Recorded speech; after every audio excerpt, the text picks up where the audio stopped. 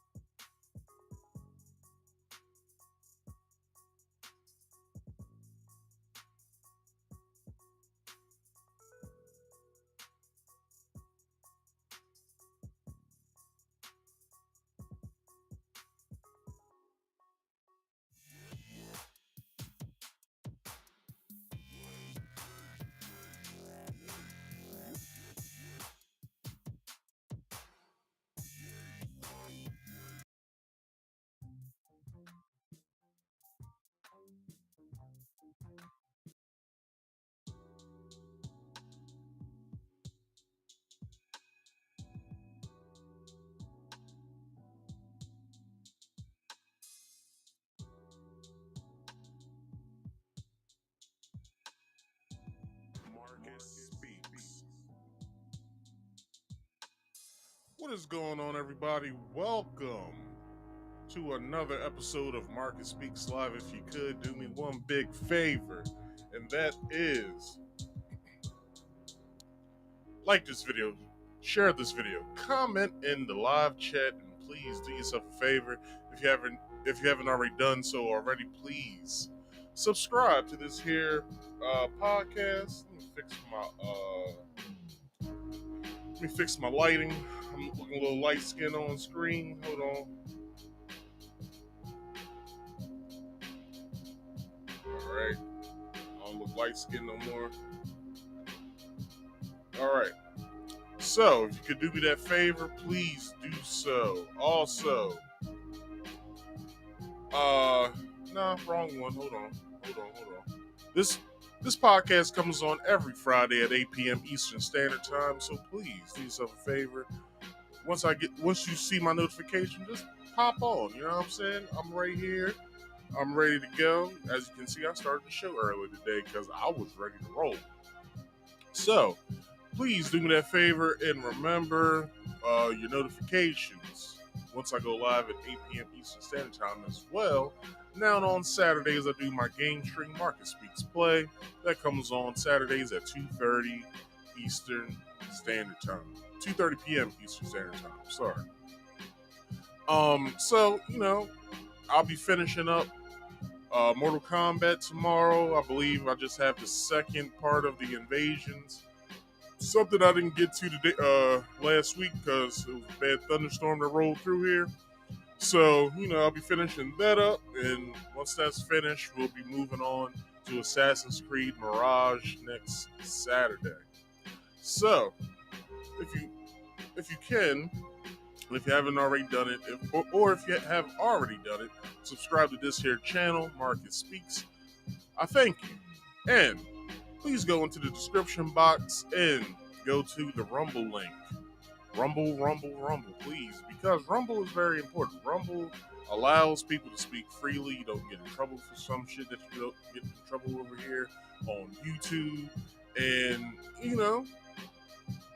once I get the amount that I need over there, which is 25, so I'm 15 away, I can start live streaming over there. So once I start live streaming over there, if things get a little spicy, stuff that we talking about, once I get to this next part, I'll click the YouTube off and we can finish on Rumble. So please do that favor. Go over to Rumble and hit that Rumble link and follow me over there on my Rumble channel. So if you want to be a part of the show, you can. Just have to hit the link that is sitting in the live chat, or you can call the call-in number at 302-283-9791. I repeat, 302-283-9791.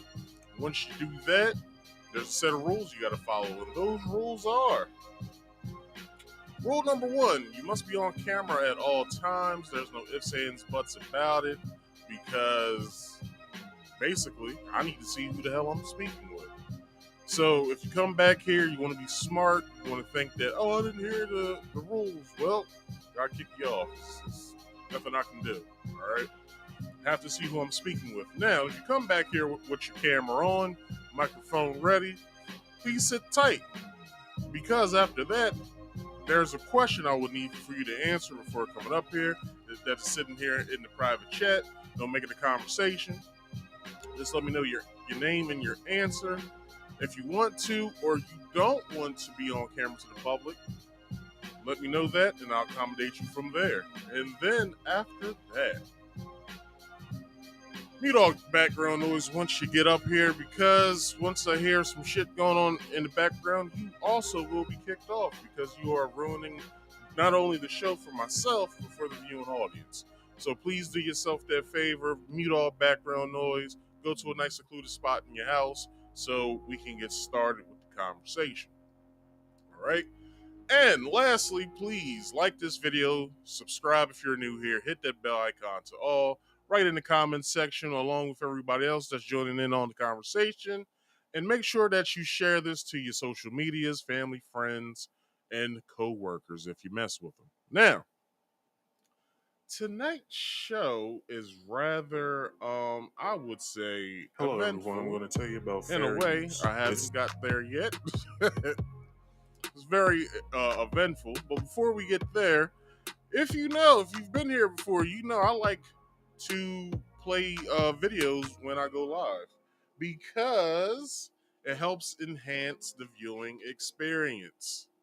Because I know y'all guys like watching podcasts, but I know y'all don't like people that you're talking to. I mean, that's talking to you, to talk for the whole time.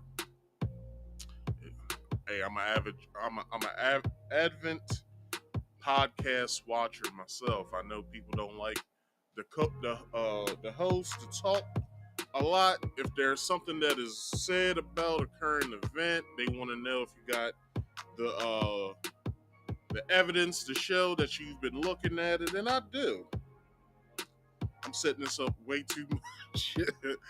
If you've been here before, I like playing videos, and with that being said, I like to play videos because it helps me further explain what I'm talking about.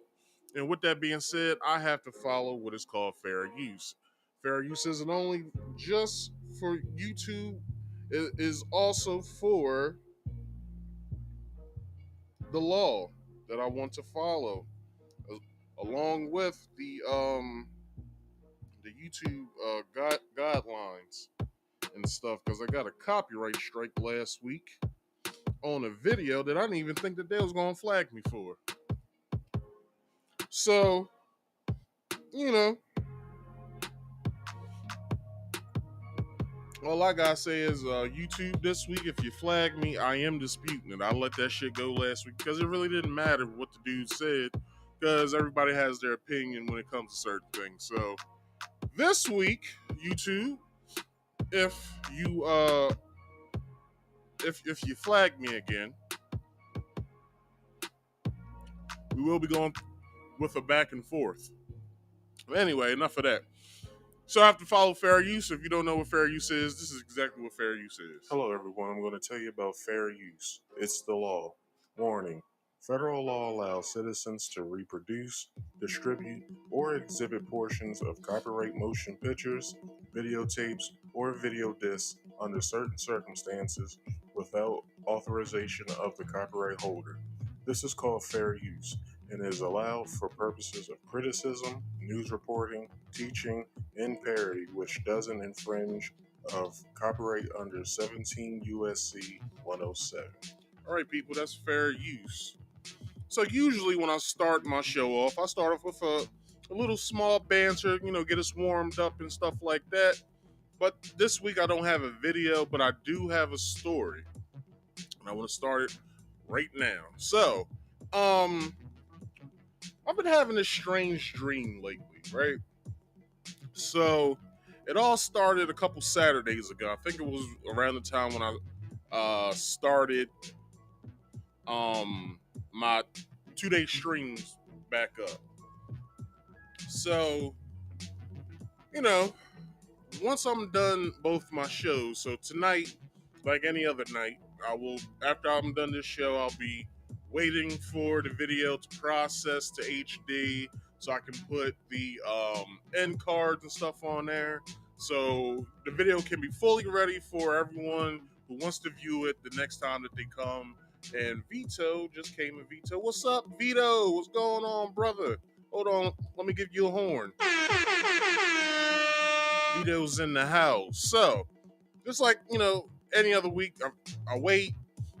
I go ahead and I put the end cards and stuff on, and then after that, I close my computer down, start watching my shows such as now tonight I'll be watching Gen Z. I'll be watching the Continental show in the John Wick universe. Which, if you haven't seen the first episode, you need to go to Peacock and watch that first episode. Oh, I never got your message. So instead of doing it in my Instagram, if you have Facebook, do it in Facebook. I'll get it there. For some reason it didn't come through. So do me a favor. If you can now, send it, and then when I'm done the show tonight, as I'm putting all that stuff on, I'll look at it and I'll send you something back in a timely fashion. All right. So yeah, if you haven't seen Continental, watch Continental. The first episode was amazing. So I'm hoping that show gets better and better every episode. So, and then, I also got Disney Plus. I like Star Wars and Marvel stuff. So I'll be watching Ahsoka tonight because this is the second to last episode until Loki comes on next week. And after that, there's no more Star Wars shows until I think November, or if I believe the beginning of next year. But anyway, so I went to bed that night after watching all that stuff, and I had a strange dream. Like, I've never had a dream like this at all. So, all right, I'm gonna give y'all the play-by-play of the dream. So this is how the dream went. I'm walking in a city. I don't know what city it is. I rarely even go to cities at that. So, So and I was in a city. I don't know what city it was. And then all right, cool, Vito. And then after that, as I'm walking towards this building, it's like this tan cement brick building. Like it's like these large cement blocks. I'm I'm walking in the city. I'm on the street, and I go to this gate. It's like a door length gate, and it's like a barred gate, but it has black bars. I have on a black suit, a tan, not tan, but a navy blue shirt, uh, a navy blue tie, a neck chain, a collar chain. The suit has navy blue pinstripes in it. I have a briefcase in one hand, and I have a vase looking thing with like a bird head that's like a brownish rose gold color, right? So I'm walking with the briefcase and whatever the hell I'm holding. So once I get through the gate, the hall walkway is like, I don't know, I say like maybe a yard and a half, not a yard, yeah, like at least like 3 yards or whatever. And then I look over to my left. There's a there's a security depot. Further to the left is windows, but they're all blacked out. They're all uh tinted out or whatever. There's like these like large windows that you see on like a normal like building in any city. Then to my right, there's these steps with wood framing, and it has gravel inside the wood framing. And then like further down the steps, it's these like long big double doors or whatever. They look like they're like a carved metal or whatever, like of like I don't know, like you know where certain shows you watch, they might have like carved doors that have like goblin, not goblin heads, but gargoyle heads and stuff like that, like sort of like that. And I got your message, Vito. So like maybe like straight ahead, but a little to the left, there's another hallway. But in that hallway, but we're still outside, in like it's like in the courtyard area. I could see that the color change of the hallway. Now in this hallway, it's like brand. It's gray, like granite type of um, slate looking uh, walls, not walls, but floors, and gray gray walls and stuff like cinder block painted walls or whatever. So I walk through there, and a little like slightly over is a door. It's a double door, a regular like size double door. So I go through there, but before I go through there, there's like a hole.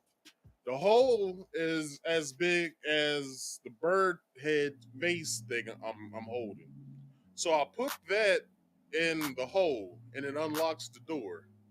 So I go in, and I'm still holding the vase. I'm still holding the briefcase. So there's a frosted glass window with like a small countertop. It kind of looks like a movie theater. Kind of looks like a movie theater window. So you know those grooves that you have in there, so you can get your ticket and you can give your money, whatever. So on the window, it's on there that says place your payment. And I'm like, all right. So I reach behind my handkerchief that's in my coat pocket, and I pull out this gold coin. It's kind of like how in John Wick he gives like the gold coins and stuff like that to pay for things. Same thing. So I take that out, put my payment in, and I get a note. It's in like this like beige tannish paper. Open up the note, and it says wait outside. So I wait outside in the hallway. So I'm waiting there for probably about a minute. So out comes through this door. It's this person, this tall person. I'm 6'2" and a quarter. The person had to be at least like 6'5". But the person had on a beige suit with black pinstripes, had on black gloves, a black tie, black shirt with a gold collar chain. But the person had on and black shoes and black socks. But the person had on like an Anubis like mask, like helmet thing. But the mask was encrusted with black diamonds, but it had white diamond eyes. So the person says nothing. He just holds his hands out and he's like flagging me off to it's like an elevator at the further end of the the hallway in the gray area of the courtyard. So it's an elevator. So it's all right. So I go to the elevator. I'm still holding the vase and the briefcase. So I go in the elevator. The elevator only has one direction button and it's going up. So I hit that button and I'm going up in the elevator. I come out of the elevator. Now it's tin walls all around, but it has these like partially frosted glass doors.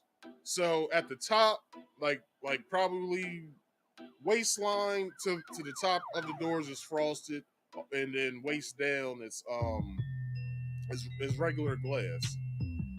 So I open up the door. I see in this big ass office, smack dab in the middle, it's a glass desk, and it's very clean. Like this place is very clean.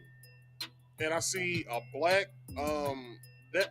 office chair with like a high back or whatever. So I place my briefcase down, I open it, and I place the vase thing there. I guess it was a key, I guess. So I put that down. The person who turns around in the chair is none other than World Economic Forum co-founder or founder Klaus Schwab. Like no bullshit. So he says something to me. I do not remember what he says. Right after he says what he says, I wake up. And I got freaked out. I got a fucking bug in here. So I freak out as soon as I wake up. Right?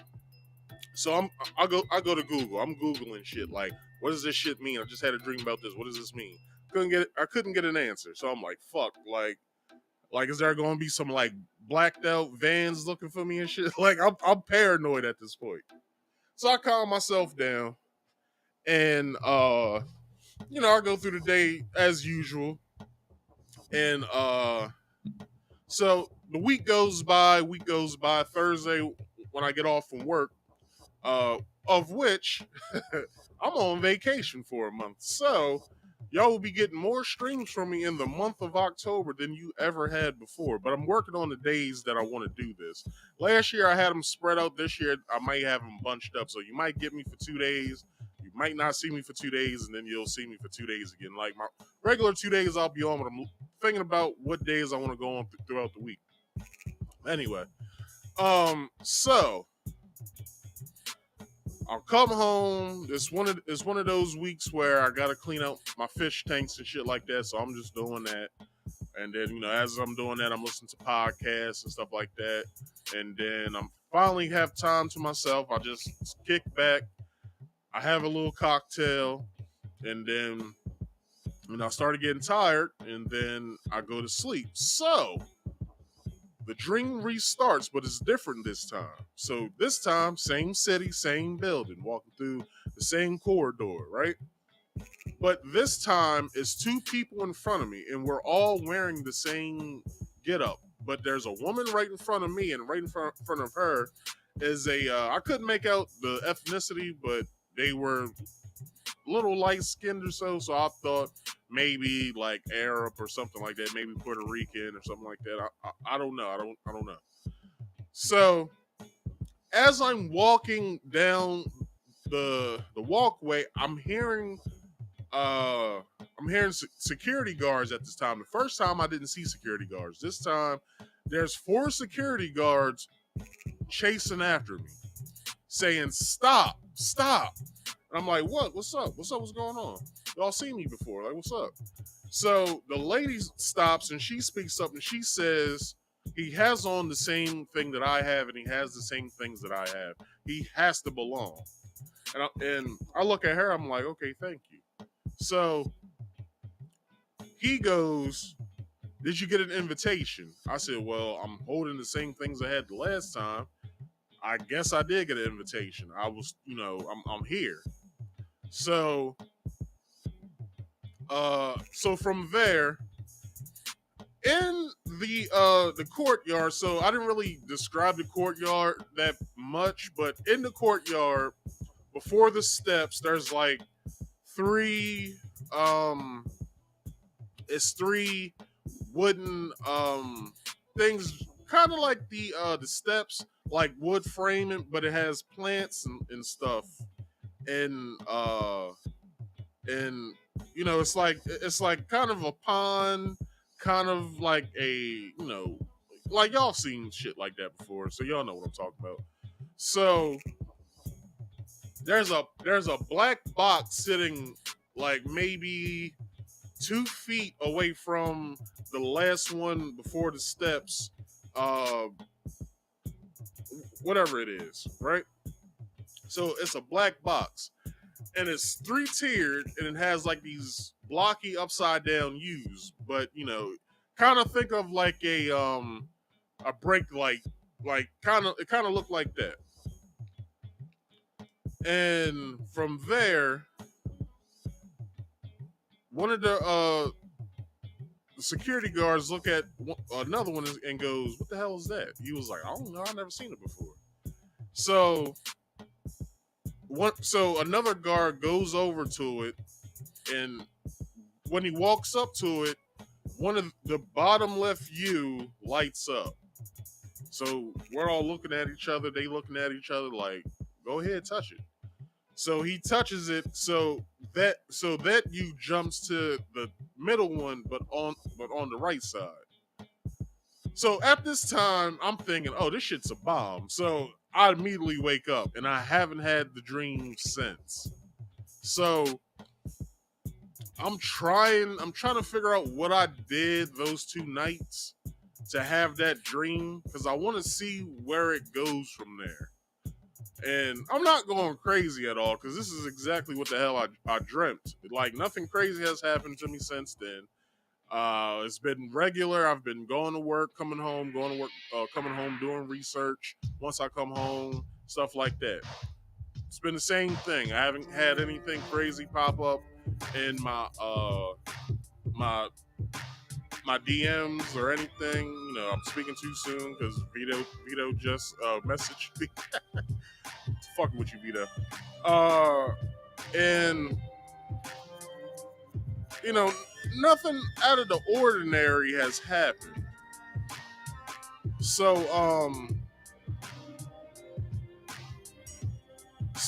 from there, like, I've been trying to have this dream because I want to know what the hell's going on.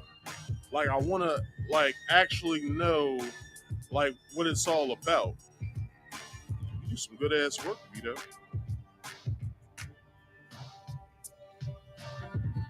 You do some damn good work, Vito.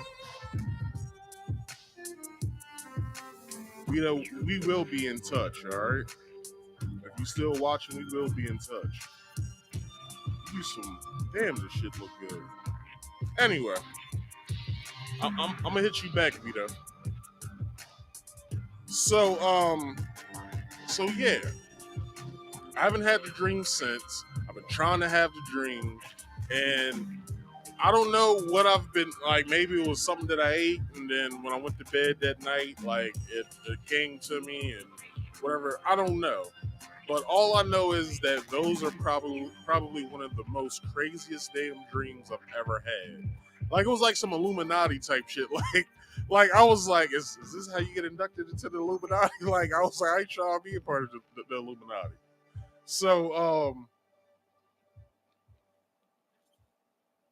so this concludes today's small banter. If you guys stomach that story, and you're still here, I give you. Anyway, let's get into today's show. Today, I got a nice show, a line for you guys today, and we will be talking about DJ Envy and Cesar Piña's little scandal that they got going on. So tonight's main topic overview is DJ Envy and business partner Cesar Piña in hot water over business dealing. So, if you guys haven't heard, Power 105.1, I believe, is the radio station in New York.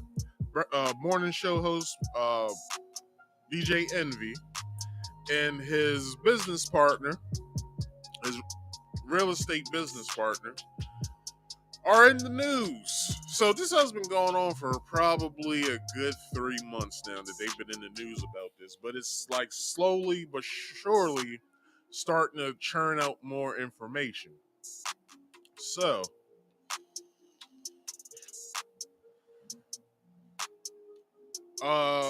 it's been some new well, should I say new evidence?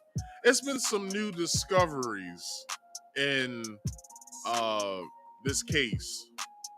So, like always, I want to start you off with where did I get this damn news story from? Because I don't even have it on my paper. Hold on, I need to see where I got this news story from. Let's see.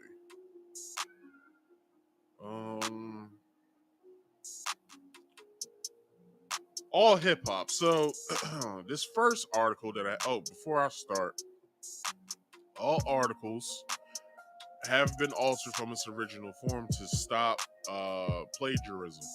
Also, all videos are credited in the description box, and I don't own any of this material that I'm using tonight. I'm not taking credit for it at all. And all articles have been altered from its original form. All right, so that means titles and the body of the article itself. So, with that being said, I got today's article from All Hip Hop or All Hip Hop News or whatever. And what I got was DJ Envy and business partner denies scamming real estate clients out of millions. So, as always, I'm going to show you guys a video. Today's video comes to us from Spencer Cornelia. He did like a 26-minute video. I think I'm gonna get from that maybe around like 9 minutes or so. So with that being said, let's hop into the first part of today's 9-minute video within this, because I have 2 articles I want to be reading to you guys today about this. So first video starts now. October 15, 2018, The Breakfast Club introduced Cesar Piña, a relatively unknown real estate investor in New Jersey, onto the show as a featured guest. Recent lawsuits have been filed against Cesar and DJ Envy, alleging a Ponzi-like investment scheme that has taken millions from investors. It all started with this interview. We got a special guest in the building. You might know him on Instagram as Flippin' NJ, my friend Cesar Piña. 5 years later, numerous customers alleged they were defrauded by Cesar. Over the past 5 years, DJ Envy has promoted Cesar as a real estate expert and trustworthy source for learning the game. What up, y'all? It's DJ Envy. Flippin' NJ. DJ Envy and Cesar's partnership seemed innocent until Tony the Closer began receiving messages about investors giving the two money and not receiving any money back. Then, the investigation began. July 21. So, what can I say about this? So it seems as though that both Cesar and DJ Envy, I see your ass. Thought I called you. So it seems as though that Cesar and DJ Envy have, they've been business partners for maybe about good 5 or so years now when it comes to real estate. And, they've been, I guess, buying properties, flipping them, and then selling them or whatever, but bringing also some investors to come in with the deal as well, so they can, get their money up as well, which isn't bad. It isn't, a bad thing to do. You may not have all the money, so you're like, well, let's bring somebody in to come in with with the investment. We'll come in, do some construction. We'll, make the house look better than what it did. When we sell it, we'll show them what it looked like before. Then we'll show them what it looks like now.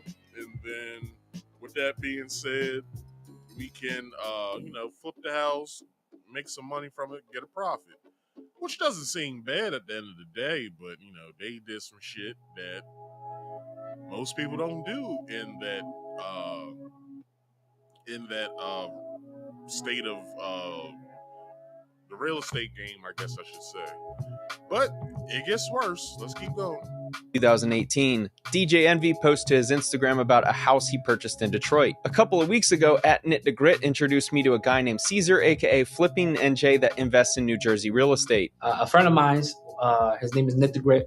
He owns the label where Fetty Wap is signed to, and he did the introduction between me and Envy. Cesar Piña's Instagram looked like this at the time. The message that Envy shared was he looks like us, listens to the same music, dresses like us, and is from the same place as us. He just had the vision of real estate before any one of us did. He owns over 500 units in New Jersey. You have a criminal record, but your criminal record actually got you into this business. This seems to be a prerequisite for being a subject of my videos as of late. I'm more street educated than anything else. When all my friends went to college and stuff like that, chose the streets, everybody's telling me, oh, you gotta change your life, can't do this, you're gonna end up in jail. So I ended up in jail. I'm starting to wonder if he and Jay Morrison were roommates in prison, sharing their ideas on how to implement their street knowledge in the real estate game. I was never thinking about public speaking or anything like that. And I met Envy, he inspired me, and he said I had a great story and I can inspire other people. DJ Envy introduced Cesar to his millions of followers, which is why he's found himself in the middle of the controversy for what we're going to unveil shortly. What up, y'all? It's DJ Envy. All right, let's stop there. Because he brought up a name.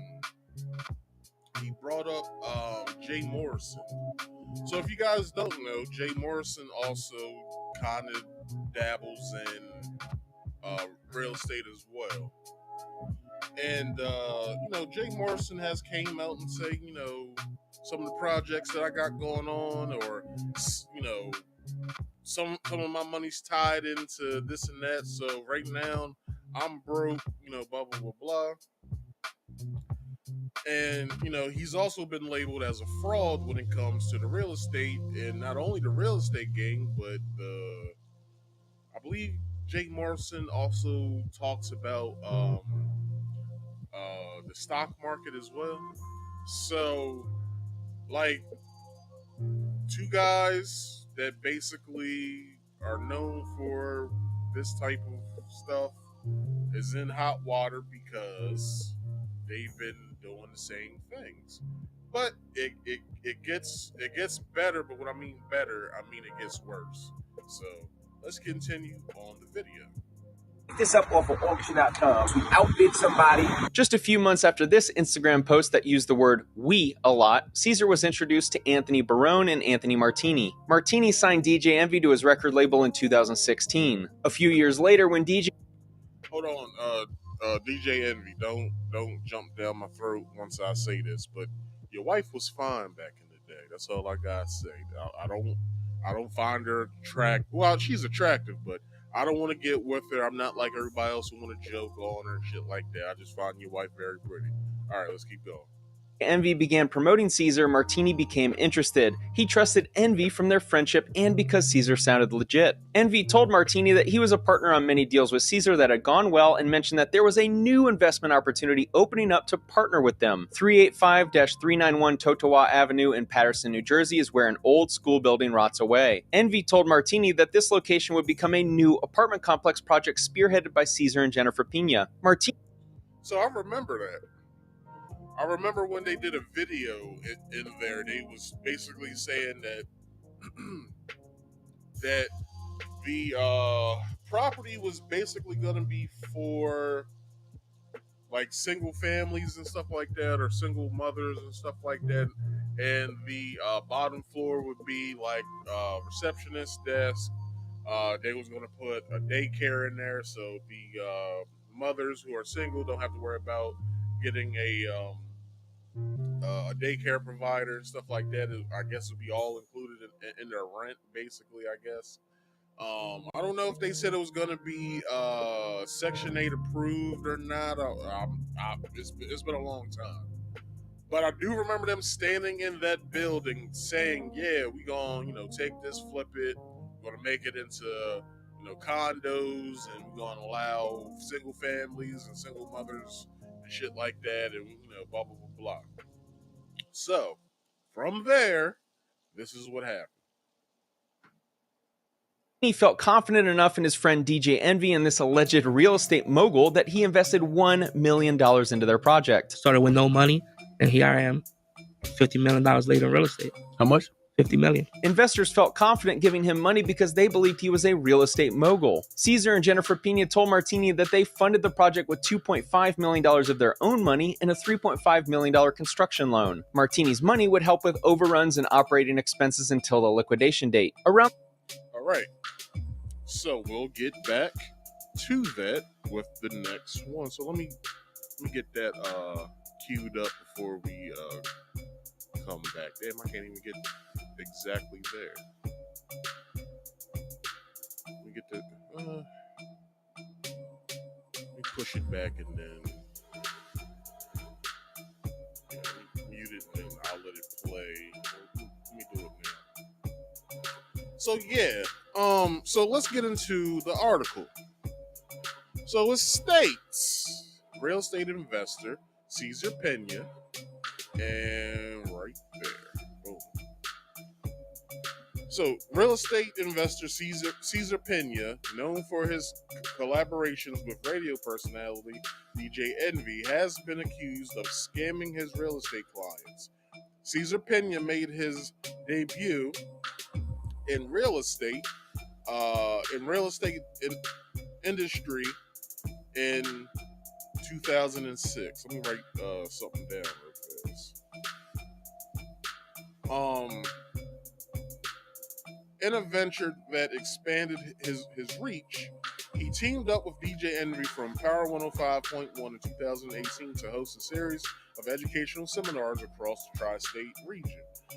Focused on the mechanics of the real estate business, his portfolio extends to the rehabilitation and resale of homes, a venture he has been involved in for over a decade, where he reportedly holds more than 1,000 rental properties. Despite his accomplishments, Piña is presently under scrutiny. There are allegations against him of financial mismanagement involving his clients' funds, casting a shadow over his otherwise notable trajectory in the real estate business. For the last week, dozens of scorned clients have been taken to social media to blast Piña, posting so-called receipts showing how much money they have lost by investing. One person is supposedly out of $500,000, and another man claimed he lost $1 million working with Piña. So let's stop there. So they've lost altogether, both of them, $1.5 million.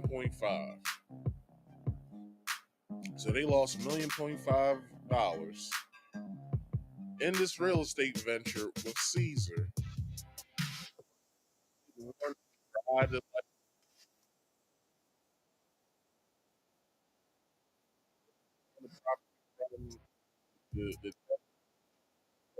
Y'all didn't try to do any of that. Y'all just, this man speak on the radio.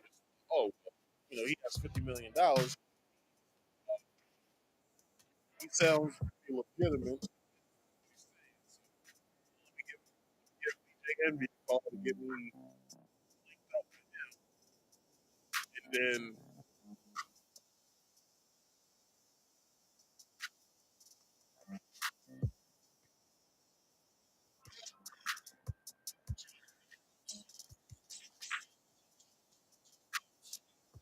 hell,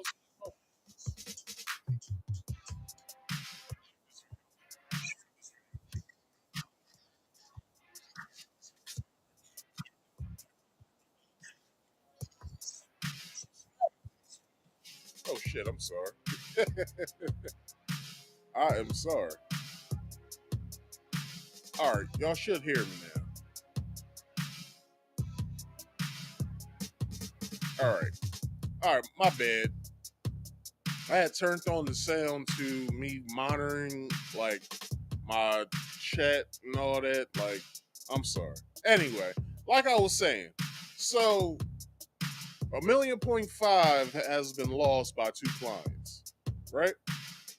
So, what did they think? That they just heard this man on the radio saying, "Yeah, I got 50 million in this. I've been doing this for over a decade now. Like, I got 1,000 rental properties and stuff like that. Like, business is booming." Like, they didn't once think to like go to the town or anything, look up the history of this place or of these places that they was invested in. They just thought, hey, I'll get in contact with these guys because they seem like they know what they talking about, right? But also in that same interview, DJ Envy said how cheap this man is. Same interview that Spencer Cornelia put up. That was the same interview that he said, or it was another one maybe, where he said that Cesar is cheap. He doesn't like to use his own money. So that should already be a red flag to anybody who wants to invest, because if I got money, right? I got money. I ain't got enough money like they do, but I got enough to get something off the stock market. So if they thought to just get a meeting with this guy, like, I'll get I'll give you this amount of money to help you secure this property, so you can start the rehabilitation or the tear down or whatever, and then what comes next after that. Like, I have a couple properties. I don't have as many as you do, but I have enough in my portfolio to where I'm ready to start investing in more property. Like, that's all that they did. They just was like, it just says that they gave this man this amount of money. But also what has been said in the headlines is that they gave that amount of money to this man in cash. Now, I ain't never heard that before. Like, I've never heard giving somebody, but not only that, pulling out 50 or 500,000 or $1 million. I believe you would have to go to various banks to get that amount of money out, or if not, sit down with, I guess, the bank manager and whomever, and sign some paperwork to get that amount of money out, which I don't even think you can pull that amount of money out within a day's time at that. Like, they might have just had that shit just laying around. Like, oh, I got 500,000 in fives. Like, I'll just get this man that money right there. Like, what possessed these men to give Cesar this amount of money? We don't know, but let's keep reading. So, the allegations were amplified when DJ Envy's nemesis, Rick Ross, reposted a video of an IG Live conversation featuring real estate investor Tony the Closer, blasting Pena for social media,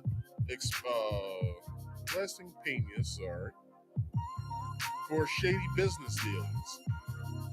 Cesar Piña, also known as Flippin' NJ, took to social media and expressed frustration over the allegations, particularly as they have implicated DJ Envy and affected his family. He vehemently denied the accusations and defended DJ Envy. It's not a secret that my relationship with DJ Envy extends beyond the turntables and into the real estate market, said Pena. However, it's critical to clarify that he was never involved with any deals, negotiations, or partnerships that have come into question. DJ Envy also addressed the allegations when he joined another Tony the Closer for a conversation on Instagram. Now, I don't know if this next clip I'm about to show you guys has him in that, but it should. I'm not sure, but it should have him in there. Let's keep going. September 2020, Trevor Roman attends a real estate seminar hosted by DJ Envy and Cesar Piña. Roman wanted to meet one-on-one with Cesar, so he paid $2,500 for a personal coaching session, which turned into Cesar promoting the idea of partnering with him on a deal. On October 20, 2020, Roman signed a joint venture agreement for a property at 91 Harding Avenue in Clifton, New Jersey, where he would contribute $100,000 and receive a 30% return within 5 months. Using my favorite software, Batch Leads, we can see that 91 Harding Avenue in Clifton, New Jersey was never purchased by Cesar or an LLC he owns. A couple months later, in January 2021, a company titled BTC Investments LLC entered into a joint venture agreement with Cesar Piña. The property address was 27 Boyden Parkway South in Maplewood, New Jersey, where BTC would provide $150,000 to Cesar to help facilitate the purchase and rehab of the property. Cesar would return 35% profit within 3 months. In February 2021, Cesar went into a joint venture agreement with Paul Peralta for the property located at 89 Franklin Ave in Hawthorne, New Jersey. Peralta would send Cesar $100,000 and receive 30% profit within 5 months. In March 2021, Mr. Roman contacted Cesar asking for an update because the 5-month period had passed for the property to complete renovations and sell. Cesar said the property hadn't been sold and that Mr. Roman would be better rolling his money into another property investment. Cesar wired him $30,000 from his supposed profits and told him to roll over the initial $100,000 into a second property. This new investment property was 109 Lion Street in Paterson, New Jersey. At least this property was purchased by Cesar through his LLC called From Start to Flipping LLC in November 2020 for $210,000. Cesar told Trevor Roman that all he needed was an additional $50,000 and he'd receive all of his money back within 5 months with a little premium added on top. That's all right. So it seems as though that everything sounds good, right? So, okay, I found the video. I just need to copy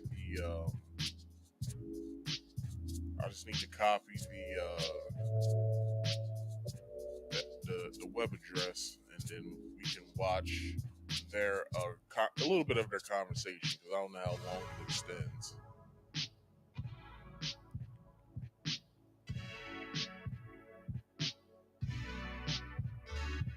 I just want to get to the point where it has them.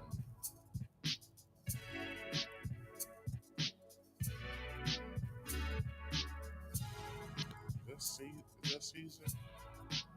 Oh, look like it. Let me just get to their conversation. Hold on. All right, boom. All right, so that's 213. Let me copy this. All right, let's back out of that. Let me bring up another window. Let's put in that. y'all? It's DJ Envy. What up, y'all? It's DJ Envy.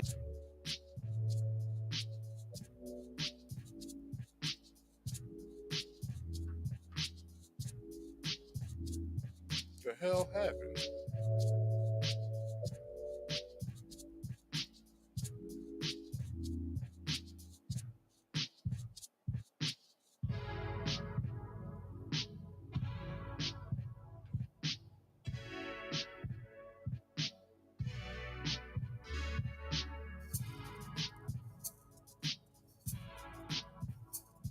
All right.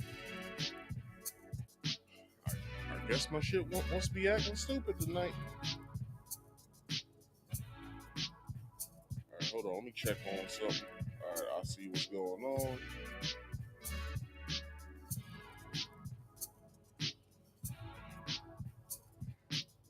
Close a couple windows until I'm ready for them.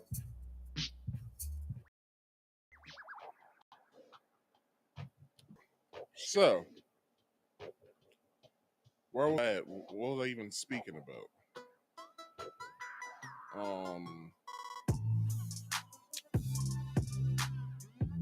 So, okay.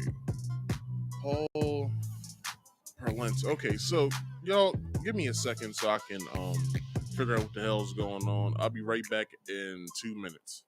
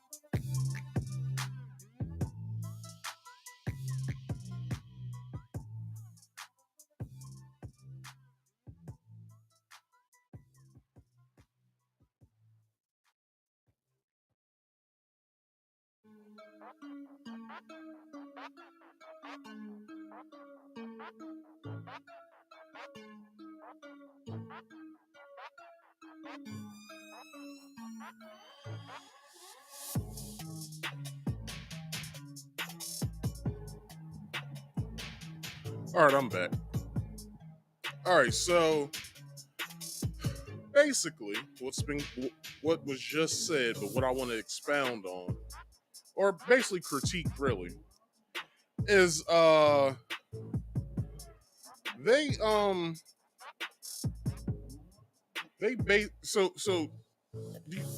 Cesar met with one of the guys. One of those guys paid the $2,500 for a one-on-one seminar to basically get more information and more game on, how everything works and stuff like that. So I guess the guy was well-to-do. He had his money up front, handed him some bread, and hey, on your next venture, I'm gonna be in on it. Let's make sure we can make this work. So from there, this is what happens. A month, Paul Peralta entered into a second joint venture agreement with Cesar for the property at 566-568 East 39th Street in Paterson, New Jersey. He would send $200,000 to Cesar and profit $70,000. What I found odd about this arrangement is that 566 East 39th Street in Paterson is for an auto body shop. The apartment next door is address 568-570 East 39th Street. The address listed in the lawsuit was different than what the actual address appears to be. This happened multiple times and I can't figure out why that happened. Cesar bought this property in November 2020 and sold it in February 2022 for a $226,000 difference. May 2021, BTC Investments has patiently waited for their property to sell and recoup their investment. Cesar says, not yet, wait a little longer. June 2021, Cesar and Paul Peralta enter their third joint venture agreement for the property located at 267 6th Avenue in Paterson, New Jersey. Paul will provide $150,000 towards the purchase and rehab and receive $45,000 profit. Cesar bought this property 4 years prior and maybe I don't know what I'm talking about. I know I don't know what the hell I'm talking about. But can I get a good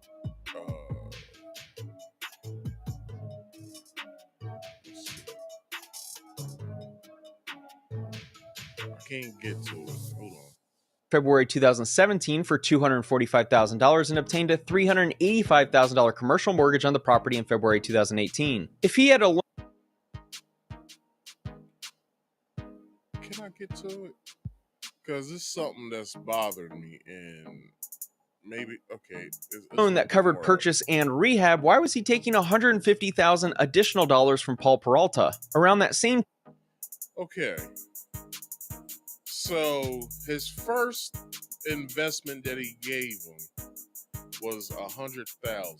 So next after that, he gave him $200,000. And then after that, he gave him another additional $150,000. Okay, like I said, I don't know what the fuck I'm talking about. But I wanted to go to that other part of the slide where it showed his earning back from that. So my whole thing is, wouldn't that be at a loss?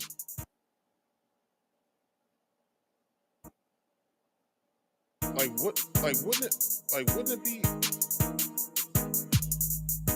What the fuck is going on?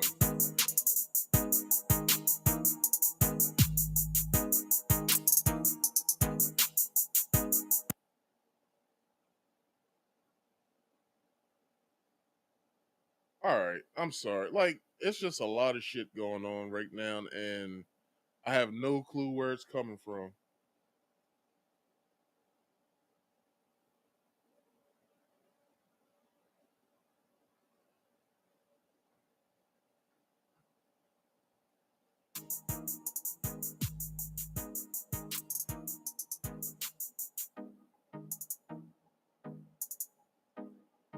I would say I would start this over, but it's not going to remedy the problem.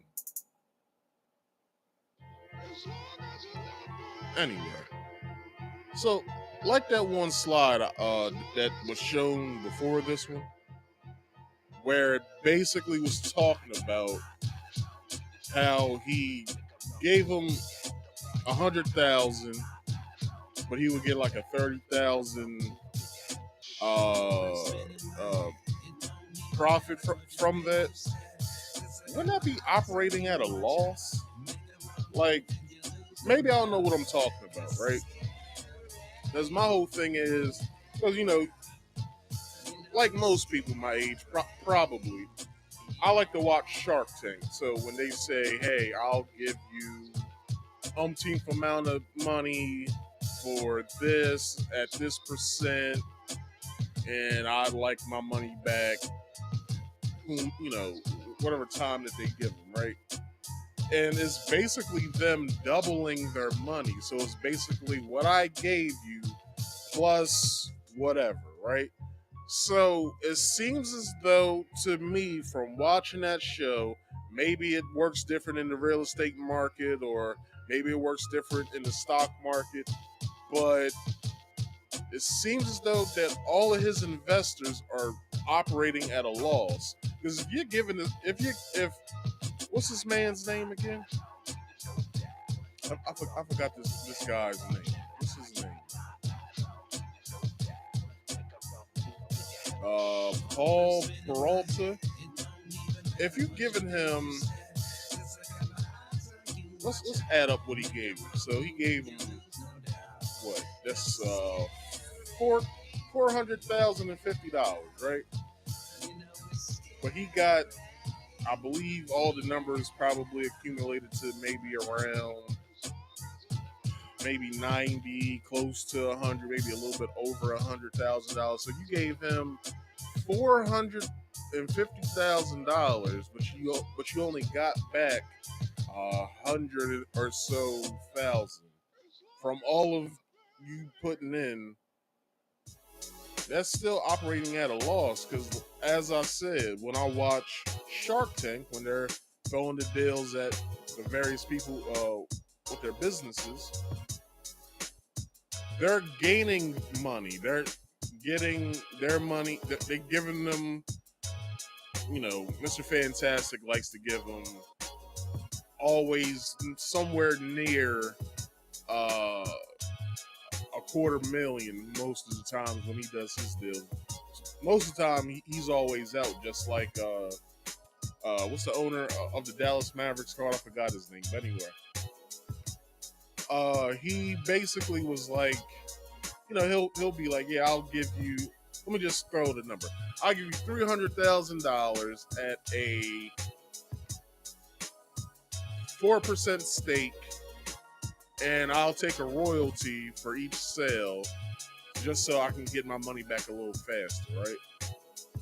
Now, what's happening here is looks like it's like a homeboy investment firm. Like, you know what I mean? Like, we'll cut the money out the shoebox once it comes. Like, it's like, nah, dog. I expect what I gave you plus interest. Like, it doesn't seem as though that this man is getting any interest, unless I'm not looking at this right. And they are getting their money back plus 30,000 plus whatever the fuck. Like, maybe I'm looking at this wrong. But if the way that Spencer is saying this, it seems as though that they're only getting $30,000 out of whatever that they're, is given. So my whole thing is, I'm gonna close this. My whole thing is, if all this money is being thrown around, right, and none of these, well, we'll get there. Let's keep going. Time, Mr. Peralta sent Cesar a final $150,000 as a private money loan for Cesar's real estate operations, with the expectation that he'd receive a $45,000 profit. On August 30, 2021, Trevor Roman still had not received any updates on his property, but Cesar did send him $2,500. Cesar also told... Okay. Now it's starting to sound like a Ponzi scheme.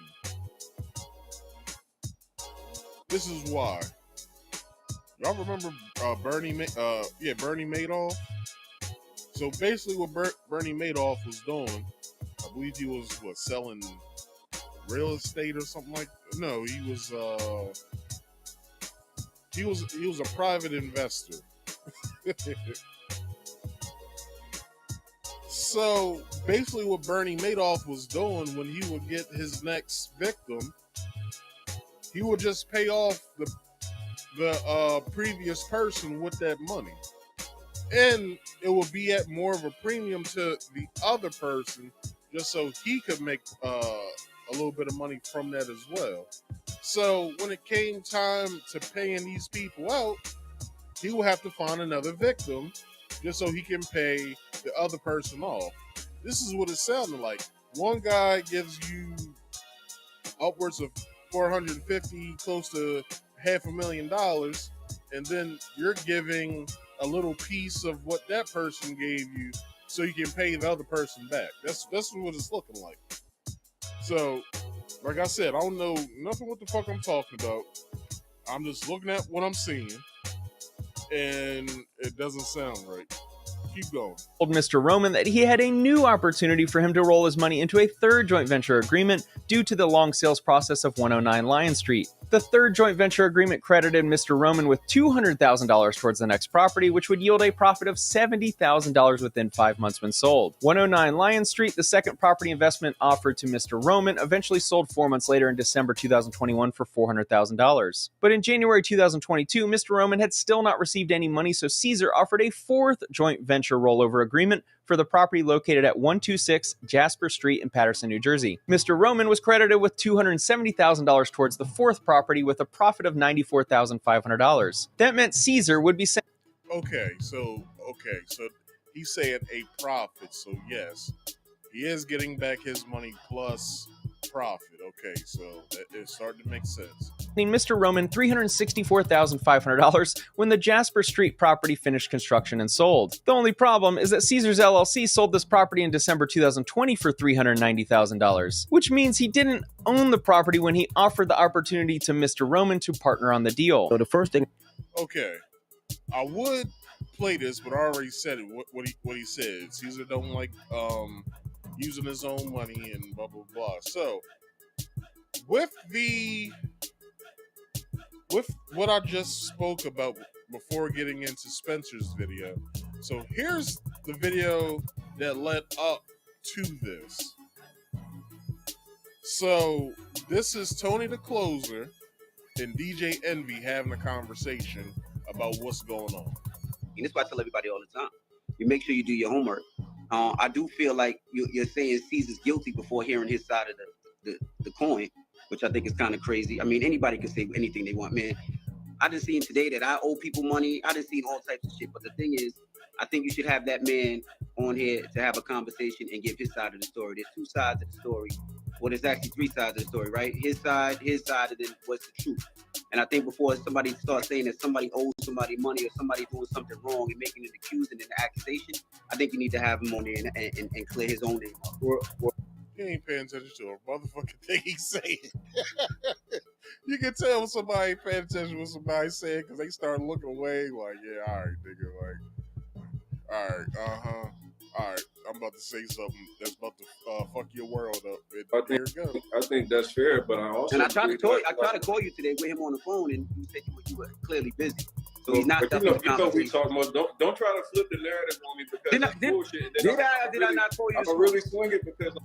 Okay, so you just heard DJ Envy say, didn't I or did I not try to call you this morning? I've recently looked at a... and this is old. This is like from like three months ago. So I heard a little snippet from Pocket Watching with JT. I forgot the channel's name. Who Forgot About Common Sense or some shit like that. This light skinned big head nigga. And then Tony the Closer was all on a panel together, and basically Tony said he stopped it at the same part, and he said, "I don't know this nigga, and no, I don't have his phone number. Like, I don't know nothing about DJ Envy. Like, he talking about did I not or did I try to call?" He said, "I don't have his phone number." He was like, so for him to say, did I not try to call you? He was like, I don't know. I don't know this nigga, and I don't have his phone number. So how is it that this nigga trying to get in contact with me, and we haven't spoke? Like, this is the crazy thing about all this. But I'm not saying I'm siding with Tony or JT or I think the dude's name is Eugene, who has the other channel. They all basically was like that this looks like bad business practices, but, you know, later on I'll give my take on all of this. So here we go. I've been being nice and I've been trying to... You don't have to be nice. Like, did I not call you this morning? Tony, did I not call you? Said I call you 30 minutes. But you know you bullshitting too, right? I'm a bullshit. Because the fact of the matter is that you know that Caesar is doing bad business. You just right now really trying to distance yourself because you don't want to be implicated with it. You know that he's been fucking people over. He fucked you over. He owes you money. Let's stop there. Now, DJ Envy has been distancing himself away from Cesar because with Cesar getting all of this press and all this, well, bad press at that, and all these accusations and people implicating DJ Envy in all of this because, he basically does the seminars with Cesar. He, does these videos with Cesar. He basically told everybody to, come fuck with us because, we got the, we got everything you need and everything like that, blah, blah, blah, blah, this and that, or whatever, right? And since all this has been going on, DJ Envy's been basically giving Cesar the cold shoulder, like, you know what I'm saying? And this was just, and what was just said was Cesar's been fucking people out of money, as well as you, talking about you gave him money to invest in some properties and you haven't seen a return and stuff like that. So after what he says to him, he's gonna explain himself. Here we go. He told me last night he owes you money. Like, this ain't me making up shit. This ain't me just coming out and attacking anybody. This is real people. And it's like, even like your man, the credit dude, that was a part of y'all whole situation, bro. He's out of 150,000, and Nick was out here talking about committing suicide. See, you can't play me like I'm the nigga that's just clout chasing and doing some bullshit. I'm really talking about people. Credit dude called me talking about he's in fear of his life. Like, he's like, yo, I'm in fear of my life, and these niggas took my money. I got 7 or 8 DMs of people that's $400,000 or $500,000, bro. Last night on the phone, you told me, yo, this nigga owe me over $500,000. Don't do me now. You're gonna try to get online and make me look like shit, because then I'm gonna come back with the. And this is the thing. You could come back with whatever you want. I'm gonna come back with the. I just got off the phone with credit dude. I just got off the phone with credit dude, and credit dude told me that you were making things up. I just got off the phone with credit dude, and you said he's making things up. I just got off the phone with him. So obviously, you are clout chasing, because the main thing that you did was fuck up is you added my name. You should do as far as like letting people know that you did. So I don't know how much they have. All right, so here we go. Skim, boom. A nice guy that got a lot of followers, I would be a fucking asshole. I call my accountant and I'm like, hey, look at this deal. Does this deal make sense? No, it doesn't make sense. I'm not doing it. So that's how it is. That's what people I like keeping it real, right? 100%. So how has your business dealings been this season? Some have been great, some haven't been. Some have been really good and I made a lot of money, and some have been tough. And that's why I say when people invest money, sometimes it goes like this, right? And you know this. I didn't hit with Cesar a couple of times and flip money in less than 30 days. Some of my buildings, like the school, we still got, and I haven't got my money back yet. But I know that's part of the game. But I also do know there's certain things that need to happen. Like when it comes to Cesar, we've had a conversation, and I spoke to him, and I spoke to Jen, and I told him, if he does, and I asked him personally, I said, do you owe people money? Does he owe you money? We have an investment together that we're going to sell. He does not owe me money. We partnered up on. All right, so they have an investment together that they're going to sell, but it's underneath of Cesar's LLC. But he's been fucking people from their money, and he basically owes people money because everybody's been coming out saying, I've given this amount, I haven't gotten a return and stuff like that. So basically, in a sense, right now, Cesar doesn't have the money. So if all these people saying that he owes me this amount, he owes me X amount, right? But Cesar doesn't have it. On top of that, what the fuck?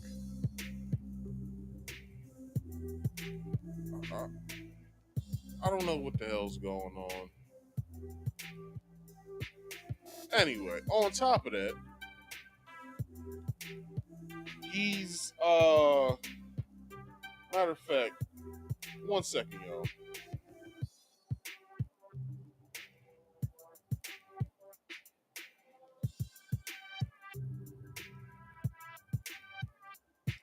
So basically, on top of that, he's basically stating, right? DJ Envy, not what is that? So on top of that, he's basically stating that talking about what's his name? Tony the Closer. He's basically saying, all right, hold on. Okay, let me get this video back up. He's basically stating that Cesar, not Cesar, whoever the guy is that I guess did their credit shit for the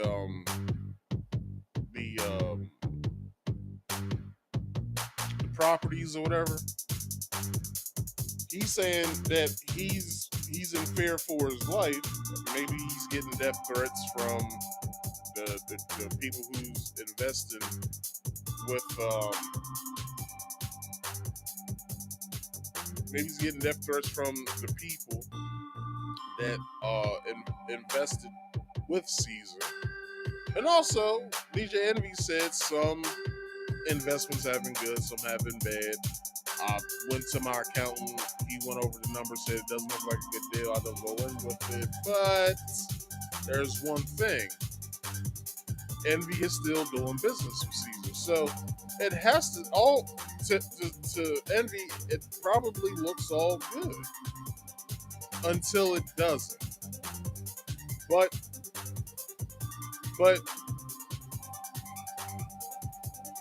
Tony is basically pointing out that, you know, I'm calling Cesar out on this. Now I'm calling you out on this.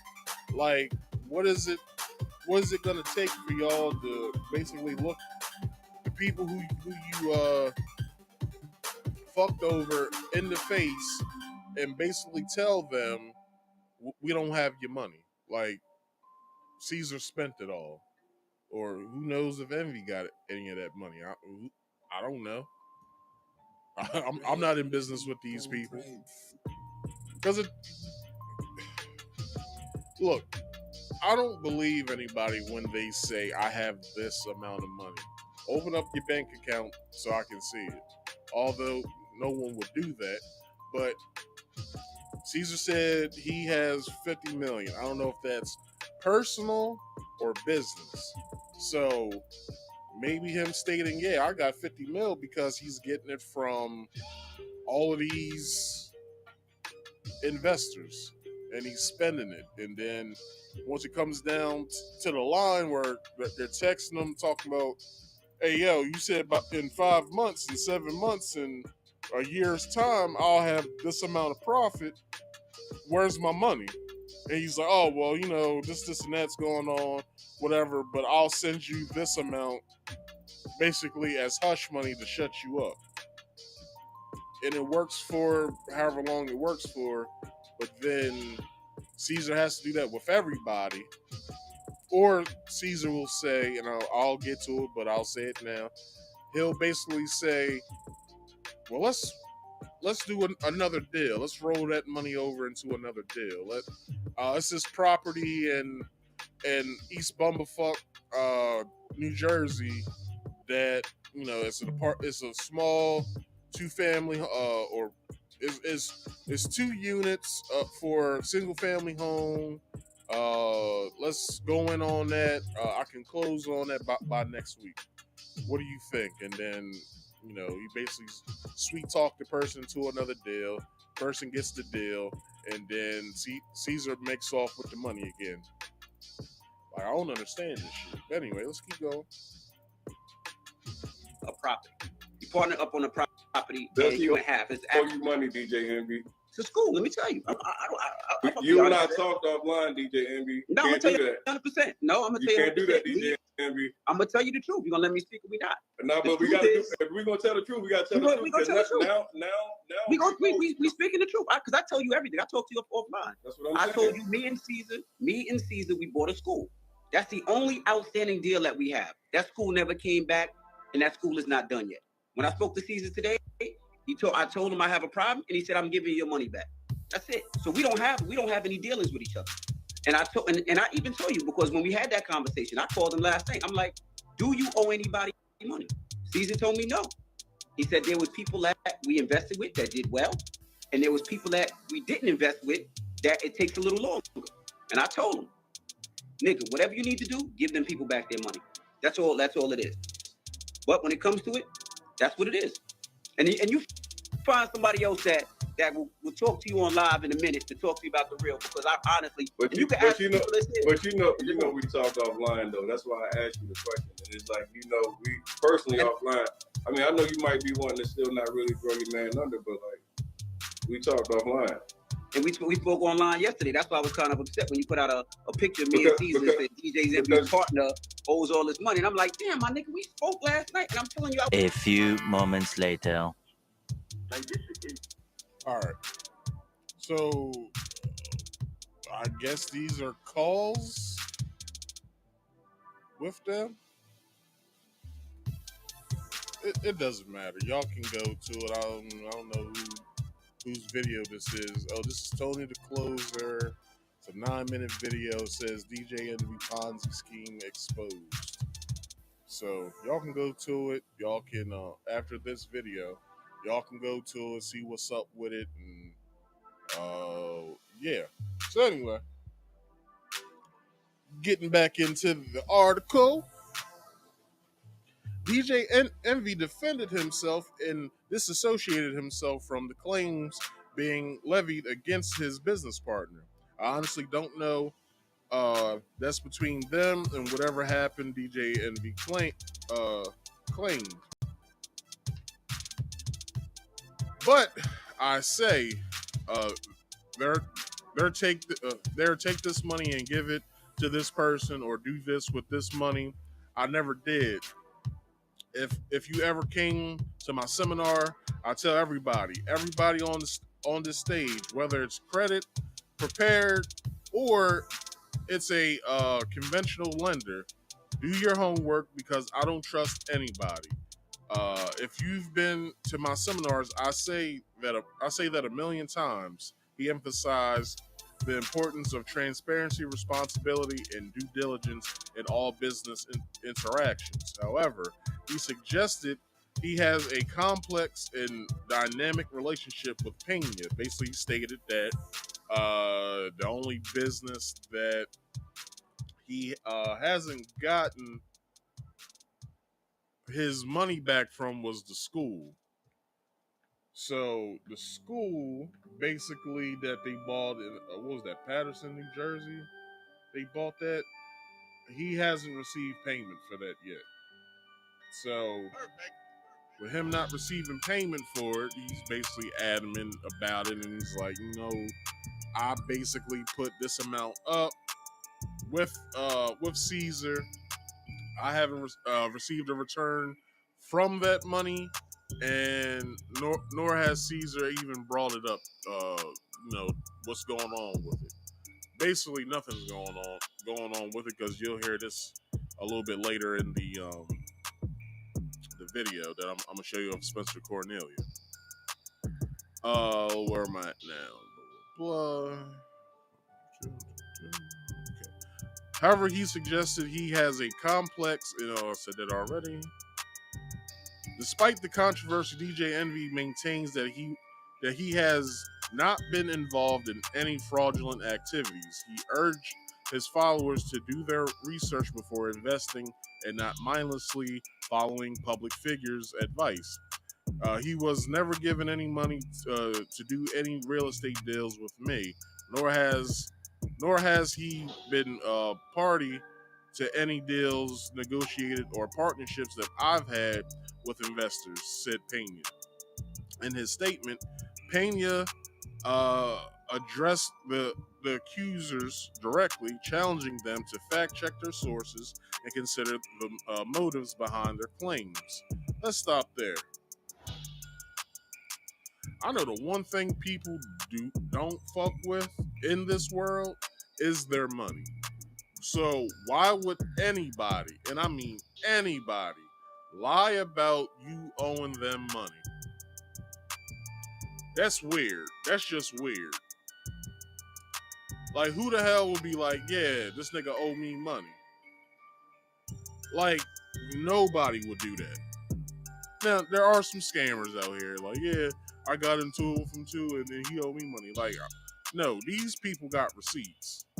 These people got basically statements stating, I gave him this amount, and this is what it's going to. So since they got that information, why is it that now that they will come out and be like, well, I was overreacting, blah, blah, blah. Nah, people don't play about their money. I know that for a fact. People don't fuck with people when it comes to their money. Like, people get killed over this shit. Like, no bullshit. And we talking about big money that they dealing with this. They're like, what, 500,000, 250,000. Like, this ain't no small money. This is big money that we talking about. To some people who's rich, they're like, that's not big money. That's chump change. We talking about people who have that amount of money to give out. That's big money. I don't have that money to give out. I wish I did, but I don't. But at the same time, it's like, who will play about their money? Like, nobody's playing when it comes to their money. Like, who the hell will lie about someone owing them a substantial amount of money and then some? And when Cesar's getting these calls of these people cussing him the fuck out, talking about, I want my fucking money now, he then tried to smooth things over with, all right, well, I don't have all your money, but here, take this 30,000, just to smooth things over for a while until I can get it. Like, who the hell are you talking to? Like, if I was them, I'd be like, yo, who the hell are you talking about? I mean, who the hell are you talking to? Ain't no smoothing over, motherfucker. Where is my money? But we'll see. He argued that the accusations were a result of clout chasing. Nobody clout chases about their money, Cesar. But anyway, whereby individuals attempted to gain popularity or fame by associating themselves with high-profile figures or controversial situations. The allegations against Cesar and DJ Envy's response have sparked a broader conversation, like this one, about the ethics of business partnerships, the responsibilities of public figures, and the importance of due diligence in investment decisions. Of which everybody should have that type of, that type of business acumen about themselves. Like, okay, well, you're asking for this amount, or matter of fact, let's back up. Cesar didn't actually need the amount of money that they was giving him. They basically, I guess Cesar was basically telling them, like, yeah, it costs this amount, but if you give me this amount of money, you'll get even a bigger return in profits, because within 5 to 7 months, we can flip this, this project over or whatever. So you gotta remember, they're buying properties, possibly flipping them, so basically gutting everything and making it anew, and then selling it off. So that would take time, within 5 to 7 months of renovations and stuff like that, and then, putting it on the market to be sold for anybody who wants to buy a new home. You gotta remember, there's always new home buyers out there, so they gotta get into the program, make sure that their I's are dotted and their T's are crossed to get the property, and by the time it sells, they could possibly get that return. But it's like, what this whole thing that's happening is, doesn't seem as though that they're getting it. It seems as though that the people who are investing in these properties along with Cesar, they're getting basically, hold on. They're basically getting dicked out of. Pause, nigga. They're getting dicked out of everything. Pause, nigga. And they're not seeing a proper return time. So This shit's crazy.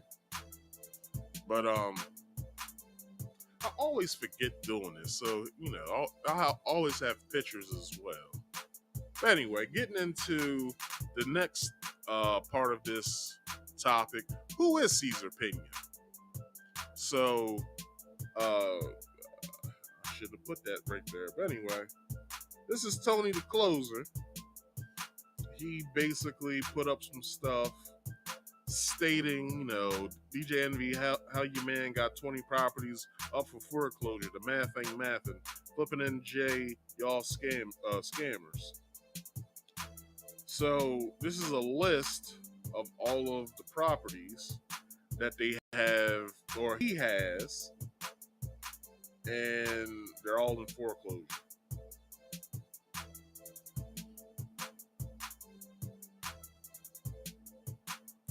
So I don't know.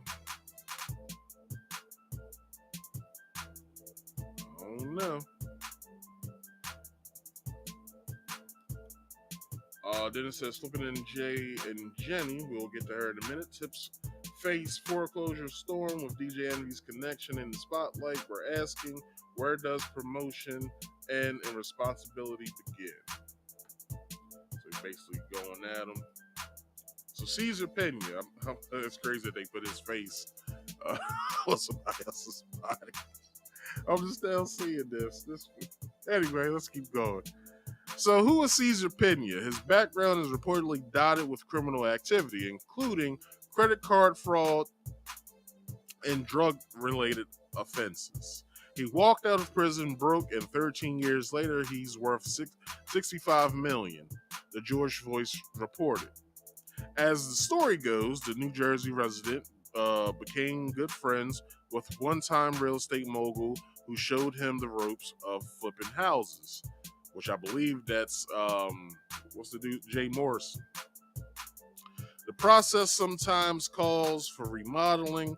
More than a decade later, he is said to own more than 900 living units and is hard at work building apartment complexes, the George Voice reported. He has been featured on The Breakfast Club, Good Morning America, and Billboard magazine. He partnered with DJ Envy in 2018 and started touring, creating seminars for people who want to learn the real estate business. Their seminars took place across the tri-state New York, New Jersey, and Connecticut area, according to Boom Bap Nation. According to Barron and Martin, they invested in 2 real estate ventures, the Taylor Company and Flip to Dell, promoted by DJ Envy and the Piñas. However, the frauds were allegedly misused without the promised project materializing. All right, give me a second. Materializing. DJ Envy is also accused of buying and undervaluing properties in Paterson, New Jersey. DJ Envy is defining himself by saying that he too was an investor and that he too was scammed to the tune of $500,000 in a separate project with Piñas. He denies being an employee or representative of the companies in question. Cesar Piña corroborated this, affirming DJ Envy's non-involvement in Flip to Dow. Well, now people are wondering how much faith they can have in the financial advice or financial product backed by DJ Envy. He is facing a real estate fraud lawsuit, including himself and husband and wife, Cesar Piña and Jennifer Piña. The lawsuit brought by investors Anthony Barone and Anthony Martini alleges a defrauding scheme amounting to $1.5 million for an apartment complex project that never materialized. Hip Hop DX reported. DJ Envy is looking to have his real estate fraud lawsuit tossed out and has claimed that he too is a victim of doing business with the Piñas. The couple allegedly promised Envy and they would return his initial investment within 1 year and he would receive a monthly dividend of roughly $17,000. Jesus Christ. That's a lot of money anyway. But Envy has said he has yet to receive any distribution of return or capital in connection with the project. But what the lawsuit is complaining about is that in the promotion Envy did of the project on the show, Barone and Martini did. In 2018, Barone said he heard DJ Envy talking about his partnership with the Piñas, a partnership highlighted on Piña's website. Martini and Barone claim that DJ Envy and the Piñas specifically pitched them on the Taylor Apartments in 2019. That's not too long ago. According to the lawsuit, Martini soon received a formation certificate and stock purchase agreement to buy 25% of the project, leaving the rest to Jennifer. Martini's investment was embarked for costs, overruns, and early operating expenses, according to the lawsuit. The Piñas allegedly claim the project was funded with $2.5 million from Jennifer and $3.5 million in construction financing to cover the entire construction costs. Barone bought in as well, investing $500,000 for a 12.5% stake. Half of Martini's investment in stake, according to the lawsuit, the Real Deal reported. It is charged that the Piñas forged Martini's signature on some of the documents and that the Piñas then started giving the investors the runaround regarding construction progress, blaming the pandemic. All right, so right here is one part that I know about this. This is where they, with this property in Patterson, let me just switch myself real fast. With this property in Patterson, they basically was telling, who was it, Martini, that it's going to take some time. Just give us a little bit. Blah blah blah blah. Just basically give them the runaround. And you know what? The only thing that has happened to that property that was done, the foundation, just the foundation. There was nothing built on top of it. None of the plumbing, nothing. It was just the foundation that was built. Now, I'll be pissed too. I would be pissed for the simple fact that how you giving me the runaround? How you giving me the runaround? And you basically are telling people that, I'm doing business with this guy. You know what I mean? Like, me and this guy, we got something going on with our business and all this. And, like, there's nothing to show for it from these investors. There's nothing to show for it. Other than broken promises and him giving you $30,000 upwards of $40,000 every so often when you start complaining to him. Like, this shit is crazy, dog. Anyway, the only progress made was pouring the foundation. As I said, the investors say.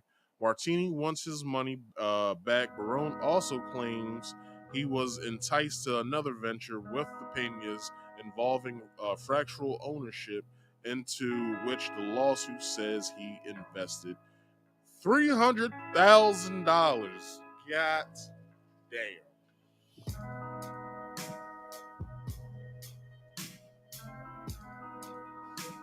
That's too much money to be fucking with somebody, yo. Like, on the real. Like, I ain't bullshit. Like, that's too much money to be fucking with somebody about. Like, they basically are like, these are probably well-to-do men, but they're probably giving them, these guys are, they probably got it, but at the same time, it's, I didn't give it to be stolen from. I'm giving it to you because you basically promised me a return. So with that, I expect a return. But this is one thing before I play the rest of this video. This is one thing that people like Pac and Watch Me with JT,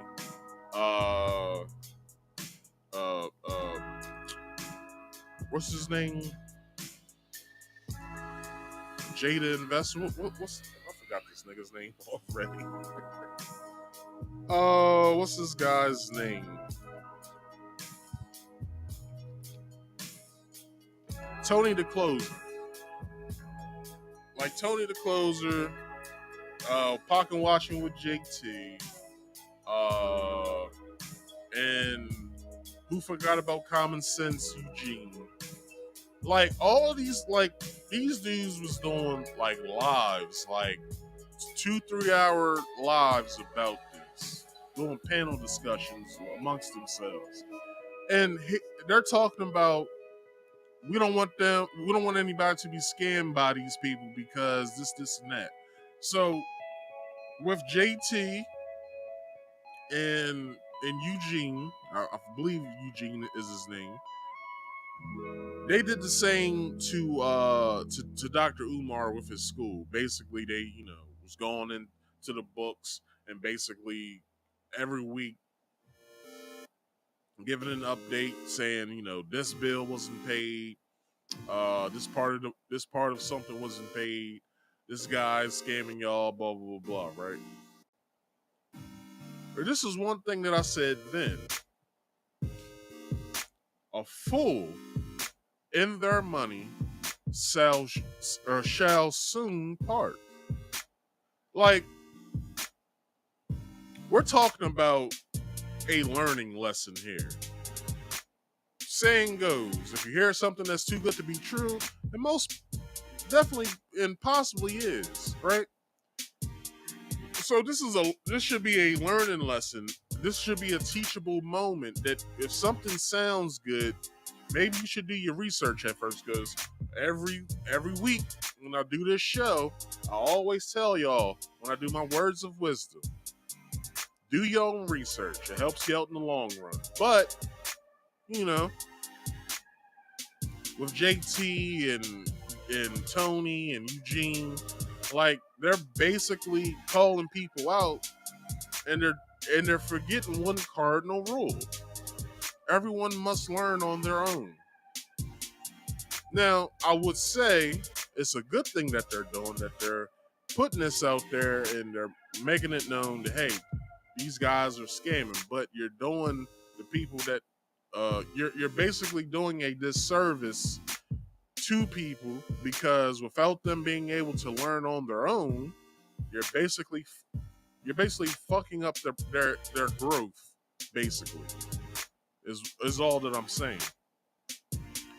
You're fucking with somebody's growth because not only are you stifling them from learning their lesson, from giving $250,000 to $500,000 to even 75% of $1 million to someone that you've seen on the internet.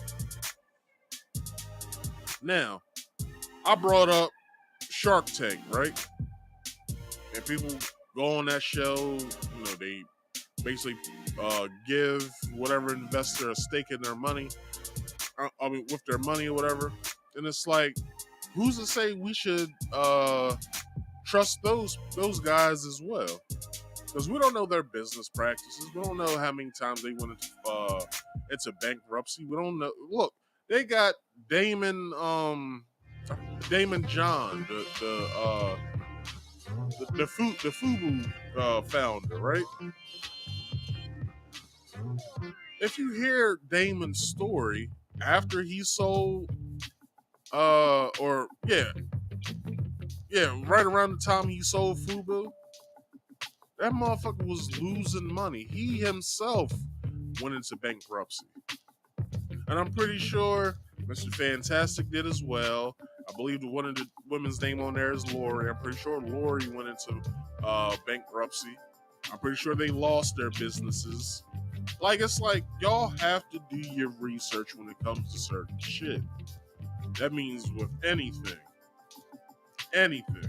But, you know, I guess Pac and Watch with JT and Tony the Closer and who forgot about Common Sense, they're doing everybody a service. I would say it's some way that they are, but also in a way they're stopping a stupid motherfucker from losing their money. Some people have to lose their money. I mean, I'm talking directly to y'all. Some people have to lose their fucking money. They have to learn. They have to learn that sometimes hearing certain shit is too good to be true. So let them get their lumps, because you need your lumps in life for the simple fact that it becomes a learning lesson at that.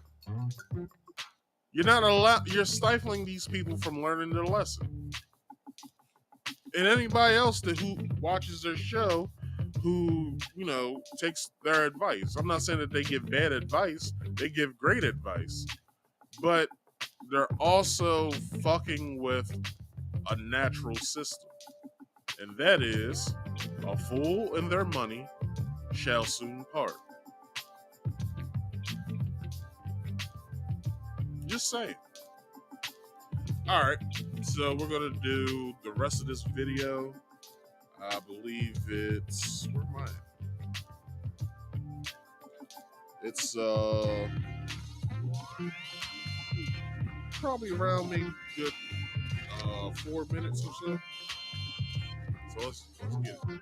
21. Cesar notifies Barone and Martini that construction is underway for their apartment building project, even notifying them that workers are there every day and that the plumbing and foundation are done. December 2021. Stanley Acosta attended one of DJ Envy and Cesar's real estate seminars at the Javits Center in New York City. A few days later, he was in Piña's office discussing a potential partnership deal for the property at 145 Union Avenue in Paterson, New Jersey. The only data I see is on Redfin, indicating this property hasn't been sold since 2015. In March 2022, Acosta gave Cesar $150,000 in cash with a promise of $45,000 profit within 5 months. Around this time, Cesar reached out to Barone and Martini to notify them that the Taylor Court apartment project was underway for the second time, but completion would now be around November 2022. May 17, 2022, Alexis Hernandez gives Cesar $250,000 for the purchase of 27 South Boynton Parkway in Maplewood, New Jersey. Alexis was promised a profit of $45,000 when the project completed 5 months later. Cesar bought this property for $409,500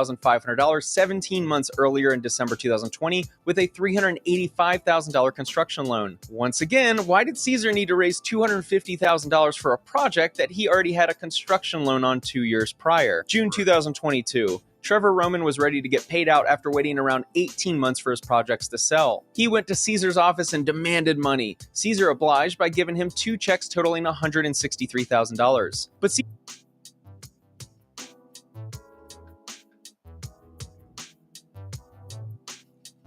This sounds like Robin Hood. Rob from the rich and give to the poor. Like, this is what this shit sounds like. But he's really stealing from the rich and giving back to the rich. Like, this shit's crazy, dog. This whole time we've been watching this video, it seems like a roller coaster of fuck shit that's going on. Like, this shit is crazy, dog. Like, we're sitting here listening to this, right? And I don't know what y'all are getting from it, but this is what I'm getting from it. That Cesar is a bad businessman when it comes to real estate. Like, it seems as though he doesn't know what the fuck he's doing at all. He already had, what was it, a $38,000 construction loan on top of getting, was it $500,000 for an investment in the property, which means that I forgot his name, Paul something Acosta. He gave Cesar this money to go in for a fractional business venture to, I guess flip the house to sell it. He already had a loan for that house, but we don't know if Cesar actually owns the property. We're just ass out on that. Like, we don't know that information because with the picture I showed y'all earlier of Tony the Closer, let me bring that back up, of him saying that the properties were in foreclosure.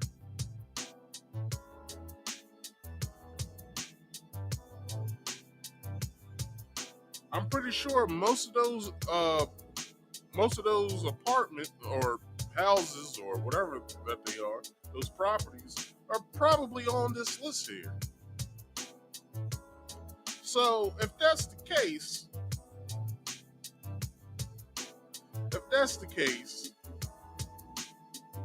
how the hell is... Hold on. Where is he getting the money from?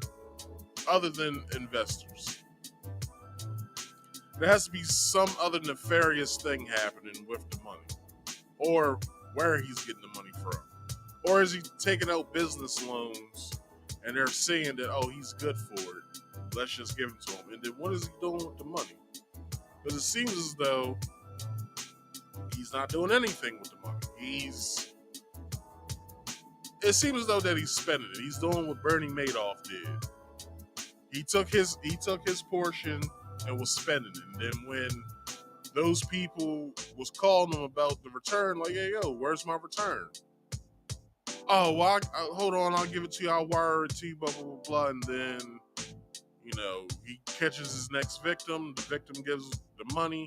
That money, or portion of that money, goes to the person, and he collects the rest. This is what it looks like. I don't know shit.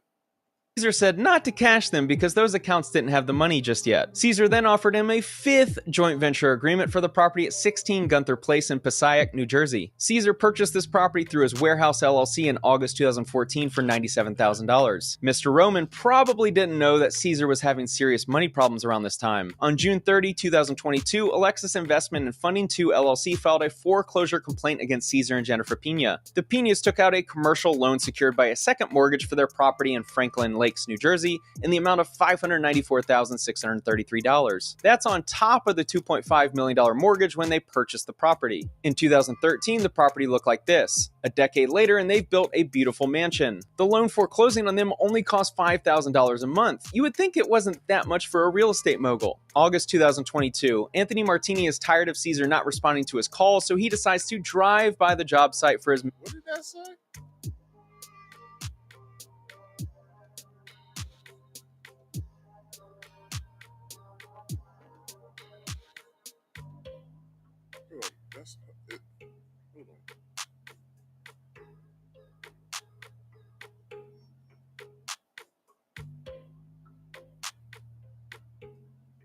I gotta see that again. In 2013, the property looked like this. A decade later, and they've built a beautiful mansion. The loan foreclosing on them only cost $5,000 a month. You would think it wasn't that much for a real estate mogul. August 2022, Anthony Martini is tired...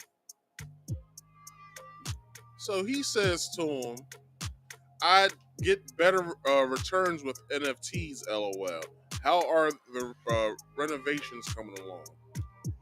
Right? Cesar not responding to his call. Did you lose your phone again? Knock, knock. So he decides to drive by the job site for his massive Taylor Court Apartments deal. He finds that no construction has been done despite Cesar saying it began months ago. He demands Cesar to return his money. According to Batch Leads, this property doesn't have a mortgage. But Cesar told Martini that you'll get your money, need to refinance right quick. That, people, is what you call a setup. That's what you call a setup.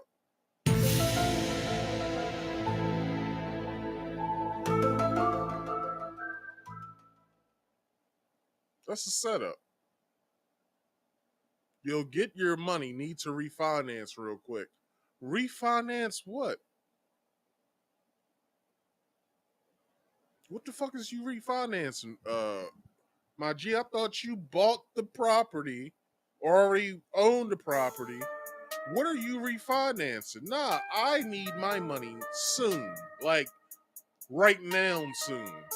That's basically what Anthony Martini is saying to him. And mind you, these is all white dudes. So I know, just off the top of my head thinking, I know they know what the fuck they doing when it comes to this whole real estate thing. Or, close to it. They got the money to go in on it. For sure they're well to do.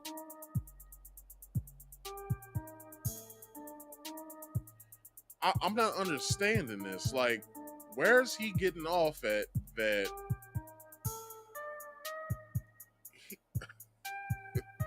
he must think he fucking with dummies, yo. Because I'm pretty sure they know it takes this amount of time for this to happen, or for something along the lines of renovations to happen. It shouldn't take a full year, depending on, what it looked like. They might have setbacks, may not have all the materials, but he drove by the place. Ain't a damn thing been done to it. That's why he hits. Sorry, that's why he's hitting them up saying, "I need answers now, like right now." Oh, hold on, man. You'll get your money. Need to refinance real quick. You ain't been on a their phone, making calls, talking to anybody. Banks, nobody. You ain't talking to nobody, and it shows. It shows that he has not at one time thought about at all to, hey, I got this project going. I want some need some information. I need this and that capital to do this, or let's see what a refinance might look like. Would that be in the cards for this project? Not at one time it shows that Cesar has done any of this. Seems as though he's just been sitting on his fat ass in his fat ass mansion. It was a very nice house, I should say. Motherfucker got marble floors and shit. This nigga got a foyer. The last time I've been in a foyer, 2018. 2018 was the last time I've been in a foyer.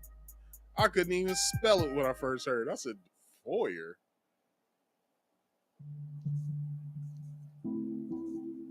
I was like, God damn, what is this open space called? Oh, this is the foyer. I said, oh, that sounds very fancy. This is very nice. He would have his money back once he could refinance the debt on the property. This same month, August 2022, Cesar met the next victim we'll label EB, who had just received a settlement agreement for being abused and SA'd. Wanting to solidify a secure financial future for her and the kid on the way, she decided to meet with Cesar, who promoted himself as being a real estate mogul with significant experience and success. Property number 1... Spencer ain't shit for that. Their partnership would be 470 River Street in Paterson, New Jersey, where she'd provide $250,000 and receive 30% profit within 5 months. Cesar bought this property in March 2014 for only $90,000. Property number 2 would be 523 Park Ave in Paterson, New Jersey, where she'd provide another $250,000. Cesar bought this property September 2018 for only $220 whatever dollars. I want y'all to pay attention to that second picture that's sat there. There's more information on that. Let's keep going. $5,000. Property number 3 would be 149-151 Manchester Ave in Paterson, New Jersey, where she'd provide $100,000. Cesar bought this property in April 2019 for $140,000 using a construction loan of $256,000. A month later, Cesar notified EB that he had another investment opportunity for her where she'd contribute an additional $150,000. Despite taking money from these investors, Cesar couldn't pay his credit card bill. On September 9, 2022, Amex filed a complaint against Cesar Piña and Piña Management LLC for default.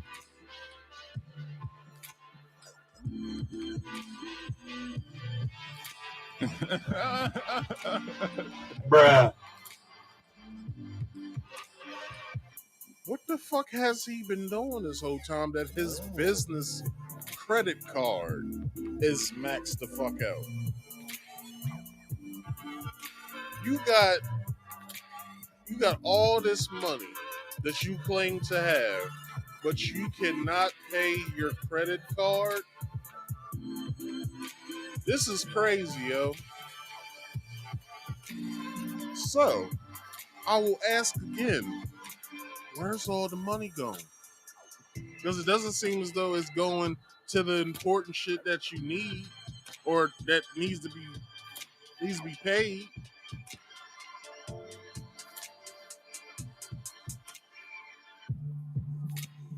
Like, I'm not seeing any sort of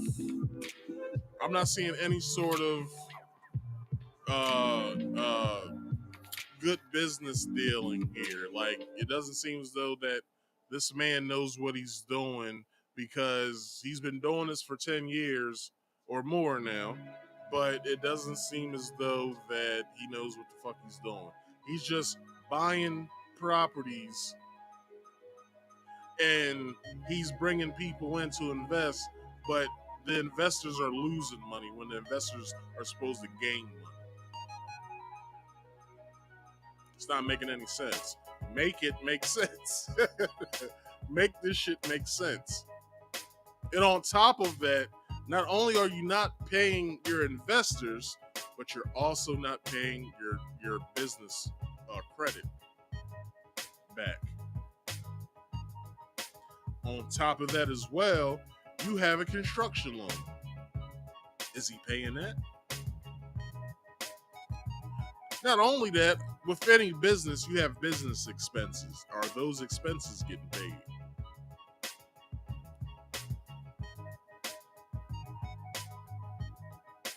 What the fuck is going on there?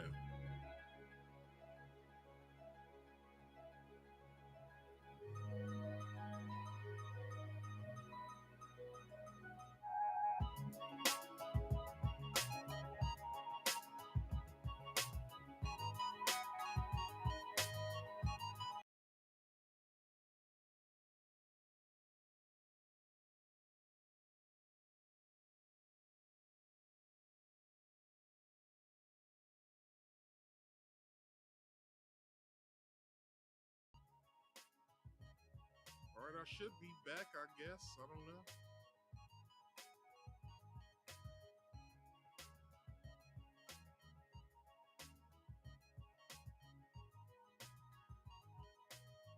Maybe I'm back. I don't know.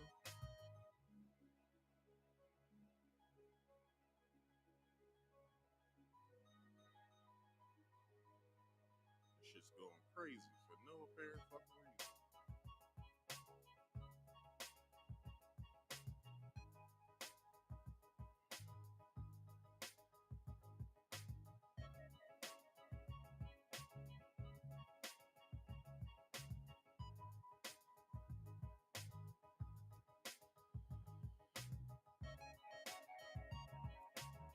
Who's ever left the check? Can you please let me know if you see me or not?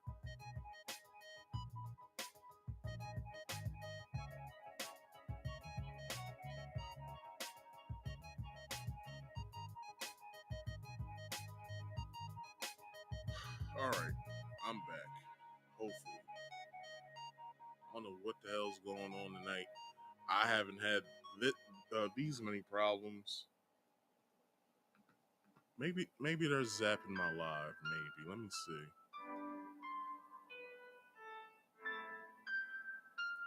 Because that tends to happen sometimes.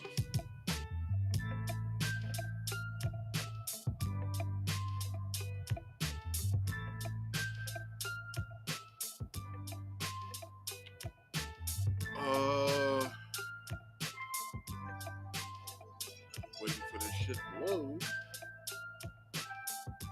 Let's see.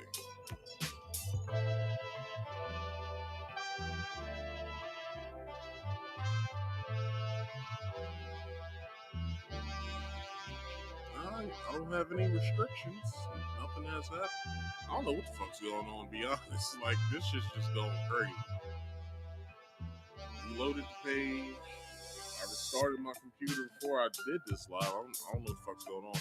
But anyway, everything should be fine, I believe. Yeah, everything's good. All right, so let's continue. Let's keep it moving. So what was I saying? Every business has business expenses. Those expenses wasn't paid. People are out of money. What else?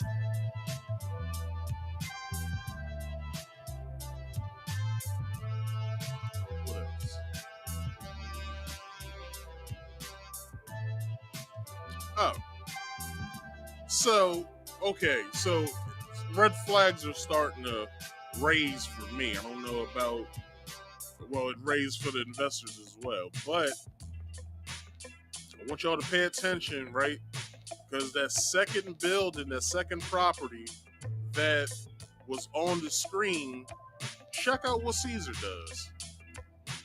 On their credit card bill. Amex alleges that the Piñas didn't even pay the minimum amount due, and their account balance was $94,800.99. On that same day, Cesar signed an agreement with Amy Flips LLC for 2 joint venture agreements and a personal guarantee on both. Cesar allegedly couldn't pay his credit card bill, but he was accepting money from another investor.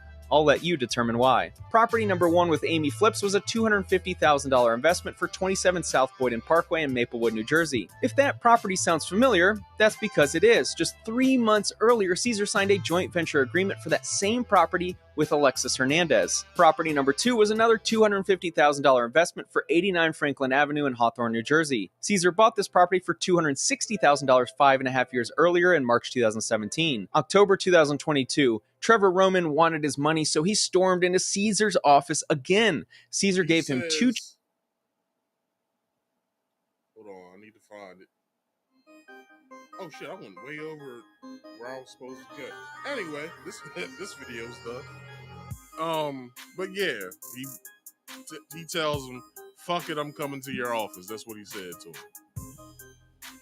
So this shit ain't looking good because, you know, bad business dealings, you're claiming to be a partner. It's one Instagram live where DJ Envy basically says, come to the seminar with me and my partner, and that's all a lawyer needs to implicate DJ Envy into all of this. Several lives, whereas both of them, you know, I don't know if they recorded the seminars, but if they did, what else? Yeah, this shit ain't looking good, man. This shit ain't looking good. Look, if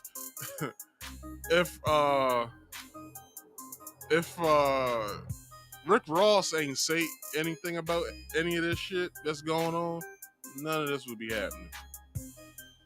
But DJ Envy, you need to start watching who the hell you beef with. I know you love your wife, and I know that's the love of your life. You've been with her since y'all been kids. But there's certain battles you gotta stop and think, should I be fucking with this person or not? That's what you need to start realizing. Because it's really seeming as though that your attitude is getting you in all of this hot water, or is implicating you into all of this. That's what I would say. Because if you would have just been an investor like everybody else, now remember, you were standing with the man. There's a picture with you in that man's office. You have several pictures with this dude. You've done many seminars. Doesn't matter what you say on stage. I don't trust nobody, but that don't matter when it comes to a court of law. People were scammed out of their money, and it looks like you are in cahoots with this person. a court of law and a judge don't want to hear, well, you scammed me out of money too. It's like, all right, cool, but that's a separate trial. But you're also on the docket for taking money as well, because you are in business with this guy. So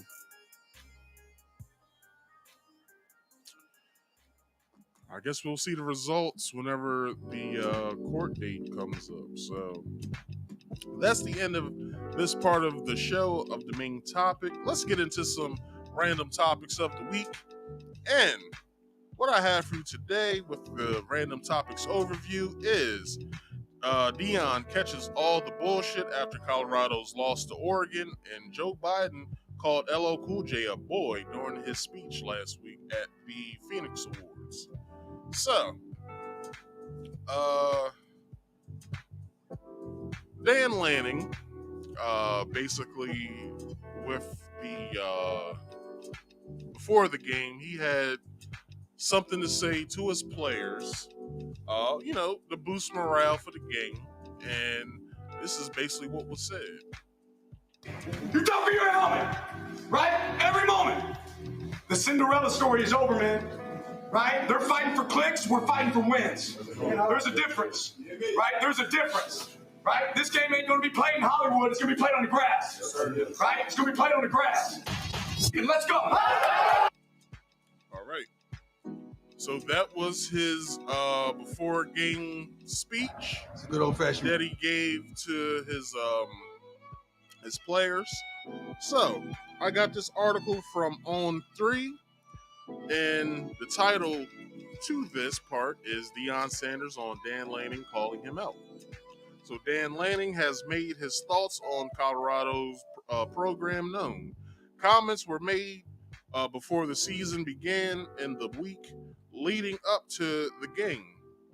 And the moments before Oregon ran onto the field, Lanning wanted to make a statement on Saturday afternoon and accomplished his goals in a big way. So basically what this is implicating is that, he made his statements. You saw them, I just showed you. And, a lot of people took to Twitter and Instagram basically stating that he's a racist, and it's like there was nothing racist about that. You gotta look at it as if he was a football player. He's basically trying to boost the morale for the team to go out there and get the win, because you gotta remember, more wins the team gets, the more money the school gets. So, and plus now they got the portal for the players, so if they don't seem as though that they're meshing well on the team that they're on, they can see if there's an open spot at another school. They can go to the other school. Also, they can get endorsements now. It's not counting against them anymore. Basically due to the portal, because it's kind of like being a NFL player. You can get traded to teams now. You can, I don't know if there's a free agency in college football. I'm pretty sure you got to secure your spot on any team. But y'all can give me that information, because I don't really watch college football like that. So, anyway, so the following game, Colorado head coach, let me bring him up, Deion Sanders, aka Coach Prime, was asked about the pregame comments Lanning made. Maybe surprisingly, Sanders was not too upset with him. His logic was, since Oregon won the game, Lanning was allowed to take shots against the Buffaloes. I got messages, Sanders said during the post-game press conference. God bless him. He's a great coach. Take shots. They won. So this is what Deion said in the press conference. It's a good old-fashioned butt kicking. No excuses, no nothing. Their coaches did a heck of a job preparing their team. Obviously, we didn't. That was good. That was a really good old-fashioned butt kicking. we went into the game wanting to dominate several phases. We lost offensively, defensively, as well as special teams. That fake punt kind of got them really rolling, and they didn't stop ever since they secured that first down. Well-coached team. Bo Nix played his butt off. Defensively, they presented some things that I guess we just couldn't get around. We couldn't advance the ball, rushing or throwing the ball as well. Seemed like they had our number. But hats off to their coaching staff, to their head coach. Great job, and they're truly prepared. From what I hear, the Oregon team has been a unstoppable college football team for the past couple seasons. I'm not sure if they won any of the championships. Like I said, I don't follow college football, so all this stuff is secondhand information I'm giving y'all. So, do y'all's research. Read the articles, watch the sports shows, see what the analysts are saying. I'm just giving my take of what I heard and what I seen. All right. The pregame message from Lanning was a strong one. He called Colorado a Cinderella story, but said it ended a set. Hold on. He called it a Cinderella story, right? But said it ended on Saturday night. Lanning was talking passionately with his team in the pregame locker room to making his true feelings known.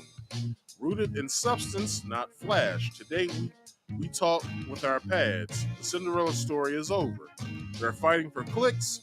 We're fighting for wins, Lanning said. While Sanders did say Lanning was allowed to talk, there was a message attached to it. He thinks Lanning should get it out of his system while Colorado is still a bit down. Sanders plans on having the Buffaloes a lot better shortly.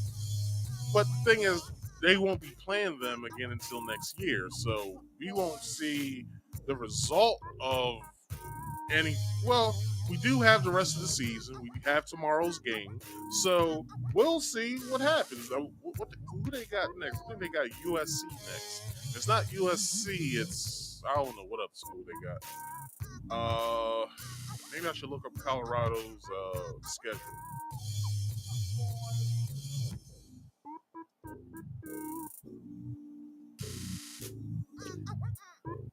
They got USC tomorrow, so I was right. So we'll see what the results of that is tomorrow, and yeah. After that, they got Arizona State. They said Arizona State is a pretty decent team, and Stanford they got next after Arizona. Then they got UCLA, they got Oregon State, they got Colorado. I'm sorry, they got Arizona University. Then they got Washington State. Then they have Utah. So, and then I guess the regular season ends, and then playoffs, and then, they'll have all the bowls, Rose Bowl, all that other shit. So wait a minute, they're playing UCLA again?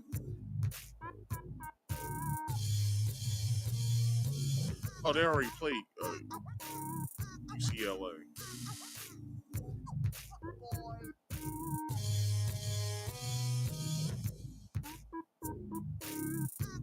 Okay, so these are all the teams. Hold on. Where's all the games? Oh, okay. So some of these games were canceled. Arizona State was canceled. Oregon State was canceled. Is that this year? Oh, no. I'm sorry. Well, let me go back up to the top. I can find it. Okay. So last week, the 24th. That was a Sunday. Anyway. Am I in the right? Hold on.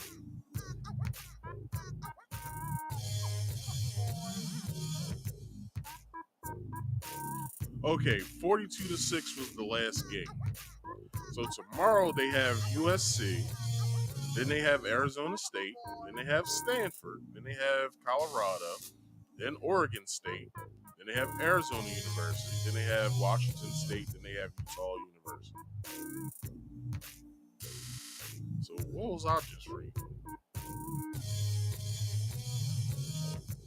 But they said USC is a tough team. I believe Arizona State looks good, they said. Not too sure about Stanford. Not too sure about UCLA. They haven't said much about them. Oregon State, they haven't said much about, or Arizona, or Washington, or Utah. So I guess November 25th ends the regular season for them. And then they go into playoffs, and then they go into everything else. So, all right. Let's get out of that.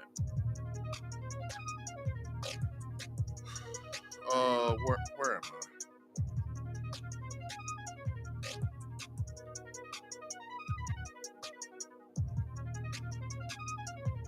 Sanders plans on having the Buffaloes a lot better shortly. I don't say stuff just to say it for clicks, Sanders said.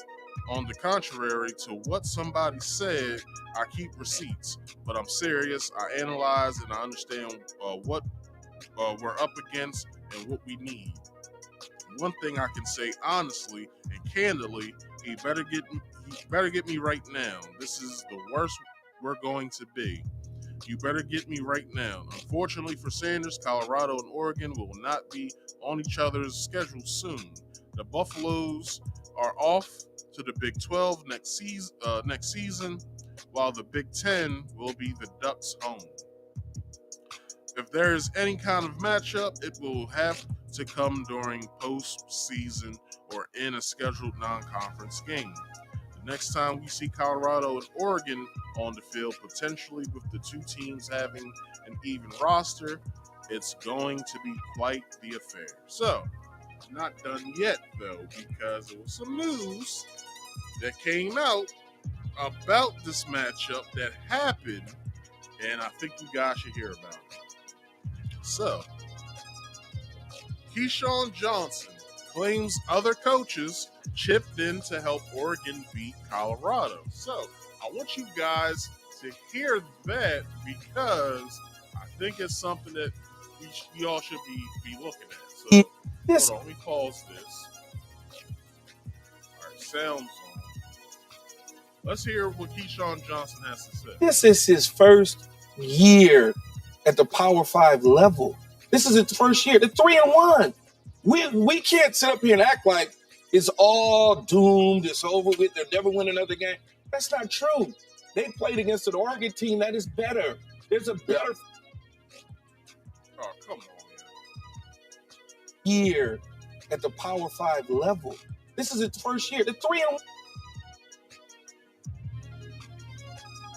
First year. We can't sit up here and act like it's all doomed, it's over with, they'll never win another game. That's not true. They played against an Oregon team that is better. There's a better football team. Bo Nix played. And you mentioned Bo Nix played well. You know, you were talking about the jealousy and the way picking these coaches and how Deion got there. It's interesting you said that. I didn't want to interrupt you. I wanted to let you finish. So I spoke to somebody in the coaching fraternity right after the game. And they know some people that coach at Oregon. And they was telling me, they said, man, I've never heard from another assistant coach of how much information was being given to that staff about, I'm being real with it, about game planning against Colorado so they can beat them. Everybody was stacked. They was stacked. That's the reality of it. I ain't making this up. No. I ain't gonna disclose no names, but y'all know who I'm talking about if you watch it. So, you know. All right. So, what Keyshawn Johnson is saying, and going back to what this said, right? That they had help. What does that mean, right? I'm going to read the headline again. Keyshawn Johnson claims other coaches chipped in to help Oregon beat Colorado. Basically, what I would take that as is that other coaches from other teams dislike Deion Sanders' persona in college sports so much to where they just lend Oregon a couple players. Some of the, whatever coach has the hate in their heart for Deion. So they probably told some of their players, you guys are going to be suiting up in Oregon this weekend. We already have transportation for you guys. You'll meet Coach Land. You'll meet somebody from Coach Landon's staff. Once you touch down, or when you get to Oregon State, you're gonna run some drills. You're gonna show them some stuff that you know, and then once next week's games comes around, you guys suit up or whatever, because they said that's Keyshawn said that team was stacked. They said, okay, look, the score was 42-6. 42-6. Most of Colorado's games have been close games. It's been a ball game, as some people would say, right? How's it that they're coming off of 3 wins straight, but somehow they get blown the fuck out? Now, it could be just that Oregon has better players, but how's it that Keyshawn is getting information from coaches saying that that certain coaches helped Oregon beat Colorado? How's that possible? Like, the proof is in the numbers. You can see every ending score between Colorado and every other team. So let's bring that back up, right? Let me bring that back up. I'm going to read off the scores to you guys. When did their regular season start?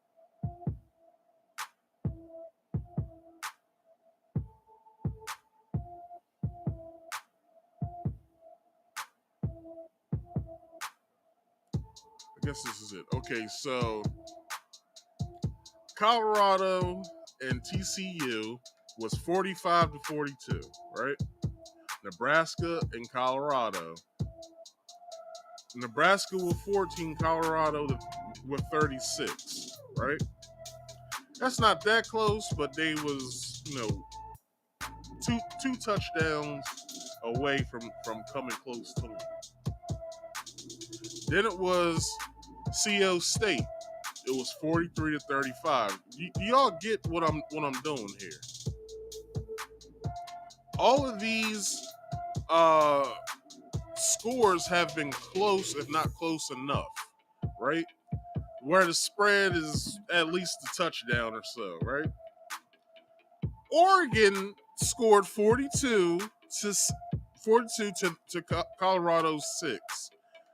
How's it that Oregon is that good compared to a team?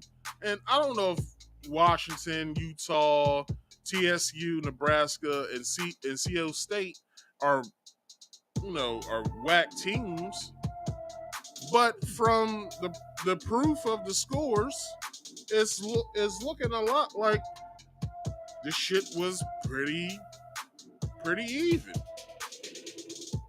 It looked pretty fucking even. Look.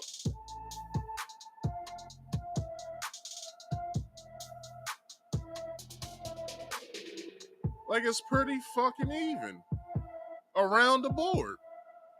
Between, like, other than Nebraska and Colorado, like I said, that's 2 touchdowns. Like, if they go for the 2-point conversion on both, they'll be close. They'll be close enough. They wouldn't be tied with them, but it'd be close enough. Well, I guess they would. No, they wouldn't. That'd be close enough, though. But how does this happen? How does a little weird, right? So let's get into the article. So this is what the article states. So, let's bring up Keyshawn. Or no, hold on. That's not. So Colorado's blowout loss to Oregon on Saturday ended Buffalo's impressive undefeated start. But from undisputed, Keyshawn Johnson, who says he found out through a conversation with a college coach that Oregon received substantial assistance in game planning. What does substantial assistance in game planning mean? What I would take from that is that they received some players, probably the best players from whatever teams that was on said teams from those coaches that was talking, and gave them some loaners or whatever. Hey, we'll loan these guys to you for a week. Don't worry about it. So they were telling me, man, I've never heard from another assistant coach of how much information was being given to that Oregon staff about game planning against Colorado so they can beat them, Johnson said. Here's the full exchange. A side effect of all the extra buzz Sanders has brought to the college football takes like Johnson's. And with a big showdown this weekend against Caleb Williams and USC in Boulder, Colorado's moment in the spotlight isn't winding down anytime soon. So, the Cinderella story of what Lanning was saying, it's still going. Like, you took a team that basically was shit, and you turned the team into a pretty decent team. As Coach Prime said, they're not at where he wants them to be at, but they will. So basically Prime stating that, we did bad this time around. Yeah, y'all beat us. It's cool. But, it won't be like that the next time. So get it off now while you can, because you won't be seeing us like that again come next season. So with that being said, it's like, what was the substantial assistance in game planning? Did they have a spy? Like, what's his name? like Tom Brady did? Y'all remember when Tom Brady was spying on games? Y'all remember that? Y'all remember? And there's some people probably here. I don't want to hear any Tom Brady slander. You're gonna get it here. Tom Brady is a schmuck. Best quarterback in my ass. I'd give it to Eli Manning or one of them. His brother maybe probably goes down as the best quarterback ever, along with Warren Moon and all them. I got to put my black guys in there. The ones that did play the quarterback position. But this sounds like some Tom Brady shit. Like, who did you guys have? Like, is the press working for y'all too? Like, what the fuck is going on?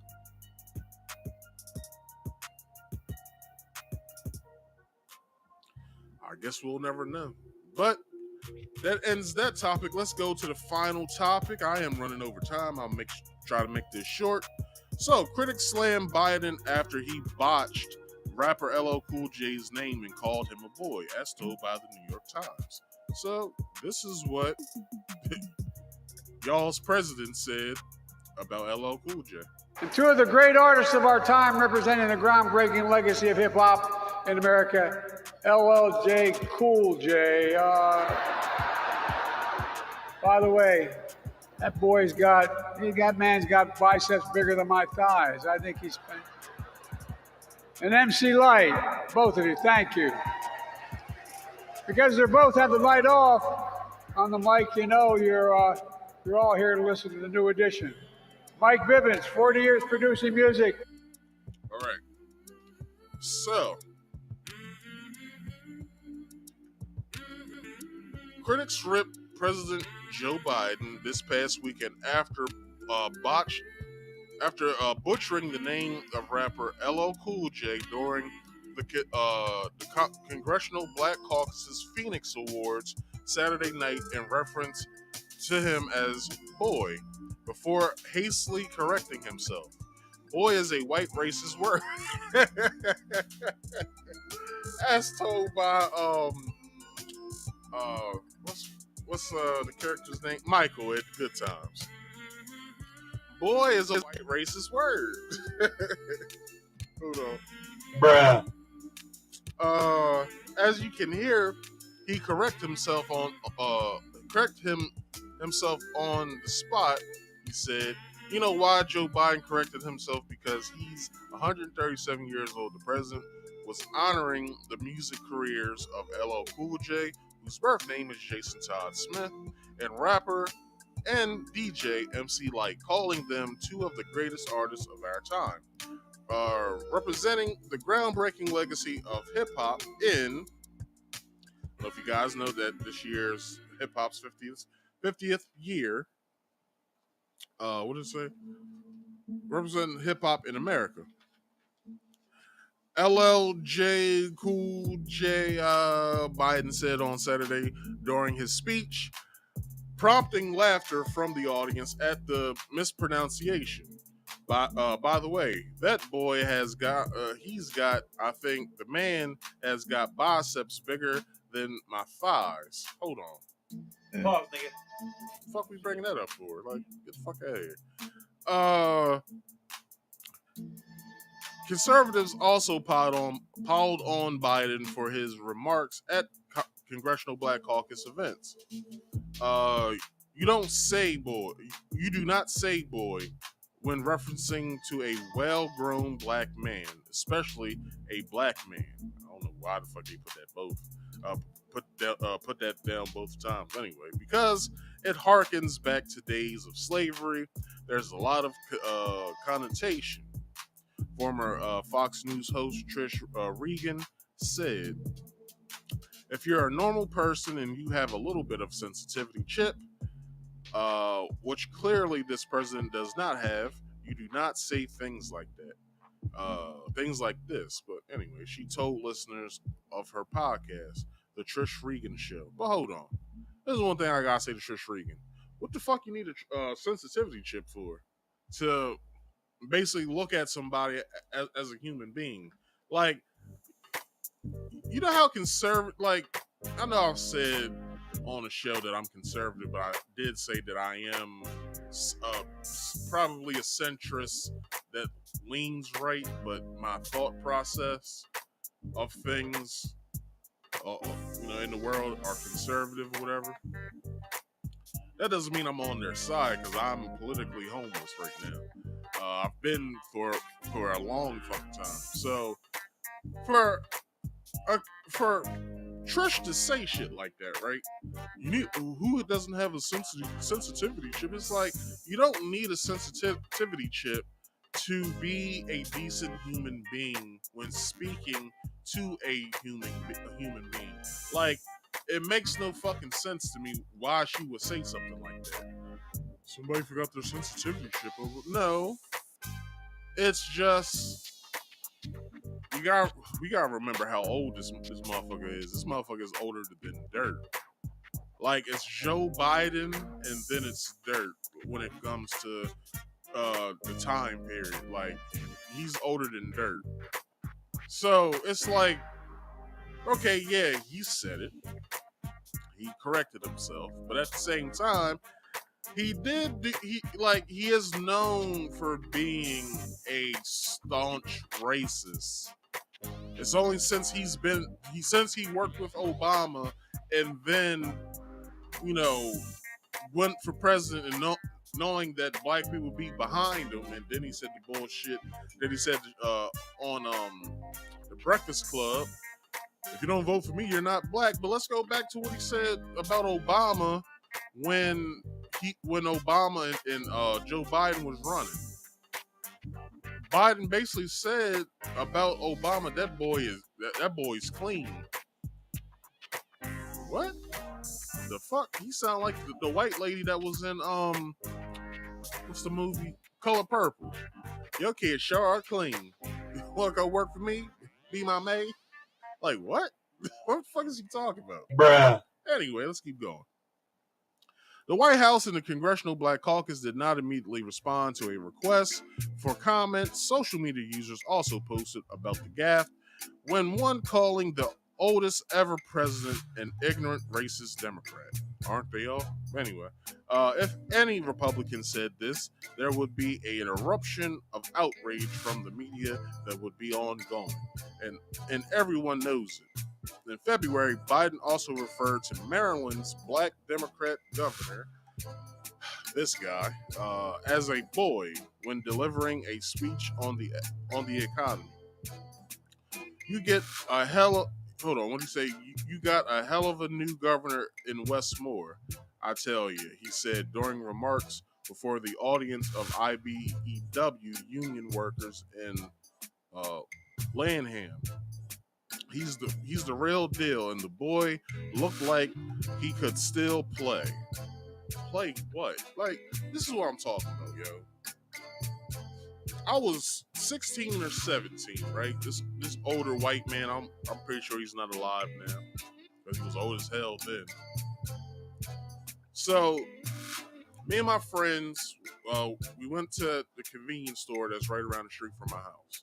So we went there to get some snacks and stuff because we was going to the football game or basketball game. It was one of them. So we're trying to figure out what we're gonna do. Like, do you want to change before we go, or do you just want to wear what we had on at school, or we're trying to figure shit out. So this older white gentleman gets out of his car and he's parked. Like, we're standing in a space. He's parked 2 spaces down. He gets out of his car and he walks up to us as we're talking. He said, excuse me. Are you guys a football? What do you say? Are you guys a basketball team? We looked at this white dude like, the fuck is you? What the fuck you say? We're like, nah, man. Like, nah, get out of here. He was like, you guys look like you guys look like a basketball team. I'm like, yo, this dude. It was all right, yo, let's get the fuck out of here. I don't know if we can blame the person. We can only blame when they were born. Like, that's the only thing that I can think of. Like, we can only blame them for being born in the time that they were born in. Like, that's the only thing I can really think of, because I'm pretty sure no other person around their age would say some shit like that. But I could be wrong. I could be wrong. But on top of that, it's like, do we really sit here and are we really sitting here harking over that Joe Biden called LL Cool J a boy? Because although it's fucked up, and his record is fucked up, like, nobody's voting for this guy this next coming election. But do we really blame him for having the vocabulary that he has when talking about black people? As I said, he said the same shit about Obama. I just read that he said the same shit about Westmore, the Maryland governor now. And then he also said the same motherfucking thing to LL Cool J now. So, do we get upset at that? There's nothing to be upset about, because he's only operating in the very state of mind that he still has. Because this motherfucker he's almost on his deathbed. Like, if he doesn't, now, rumor has it that Biden is under a lot of stress, and it's a possibility that with this whole thing going on about his son, it's a possibility that the powers that be is trying to kill him with the stress.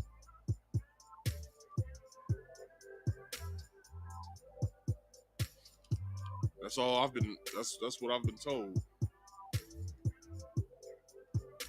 That they're trying to kill him with the stress because he fucked the economy up.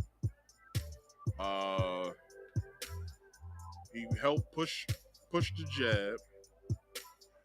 He been basically giving our money away, our hard-earned tax dollars. Not only that, he said what was it during his presidential election that he will allow 11 million migrants to come to this country. Motherfucker, if you go to New York, Texas, Chicago, they're being bombarded with illegals as we speak. And they're still fucking coming. They're still coming. Not only that, this motherfucker is in impeachment hearings now because it has been shown that the Biden crime family is, and I do repeat, is, or was, or probably still is, was in cahoots and getting deals on business dealings on said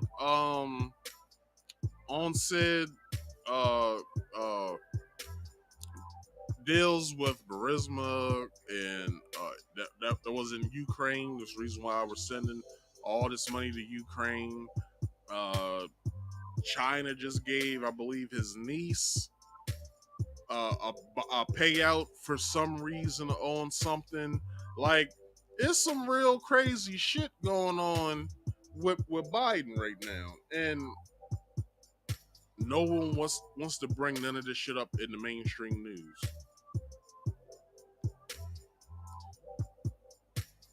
As I said, I'm withholding judgment, but Russell Brand has been bringing this shit up as well, but I'm still withholding judgment. All right, where did I leave off at? He got some guns on him, Biden added drawing cheers from the crowd.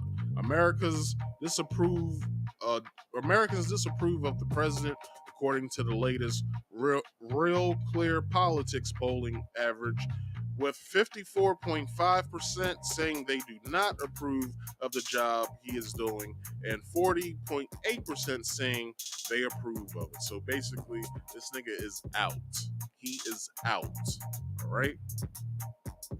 Might possibly get Trump again, but judging off of these RNC debates, I don't know. But Trump's still heading over all those guys. Only person that's coming in second place with Trump is Vivek and Nikki Haley, and who's the other person? Ron DeSantis.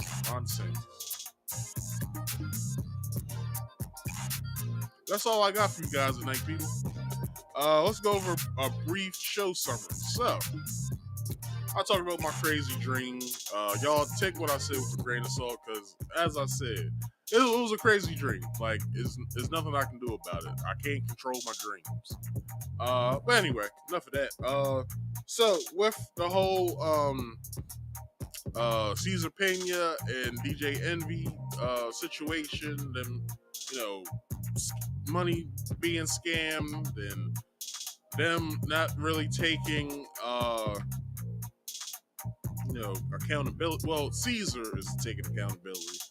Envy's trying to distance himself and make himself out as a victim as well, but who knows if he gave Cesar some of the pointers that Cesar knows today. Who knows? I'm just making speculations. Allegedly, all right?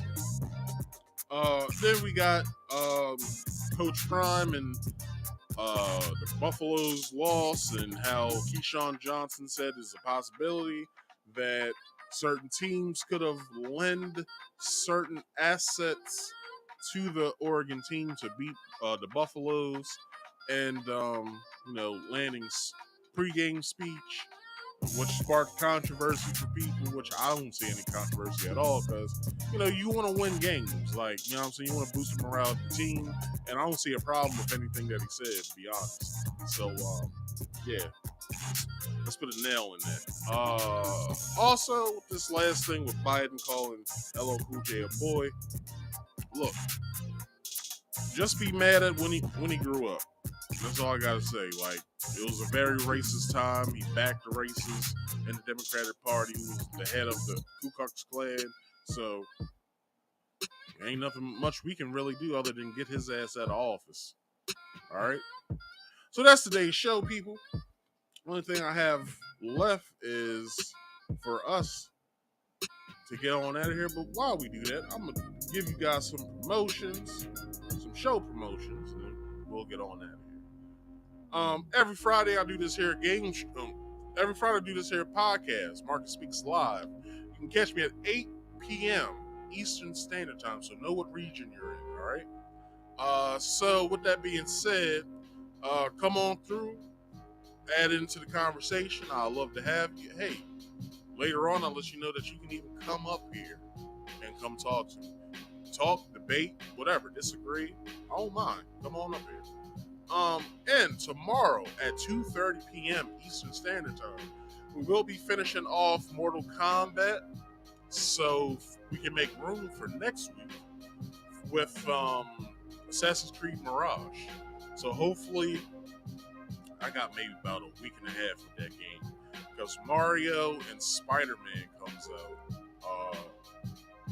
the 20th.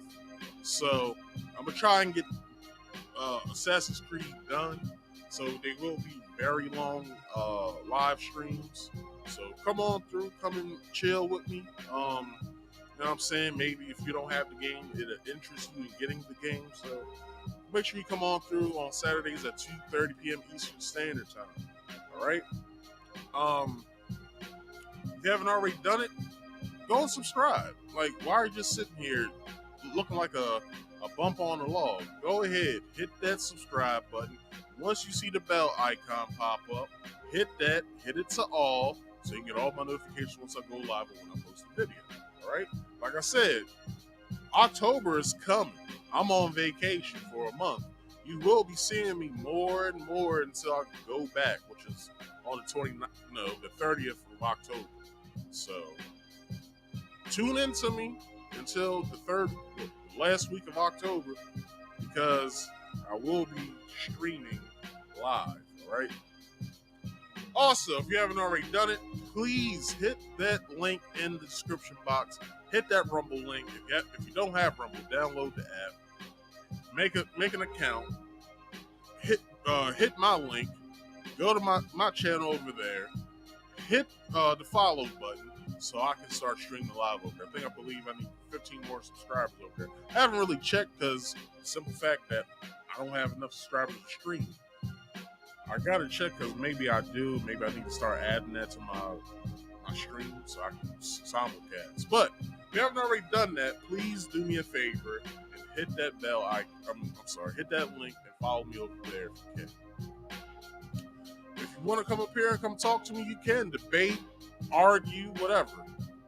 Hit the link or call the call-in number. All right, I'm here. I am here for all the smoke. So, if you want to call me, number is 302-283-9791, or you can hit the link that's in the live chat pinned to the top. But with doing that comes rules. I hope you don't think that rules don't come with this. Rules come with this shit.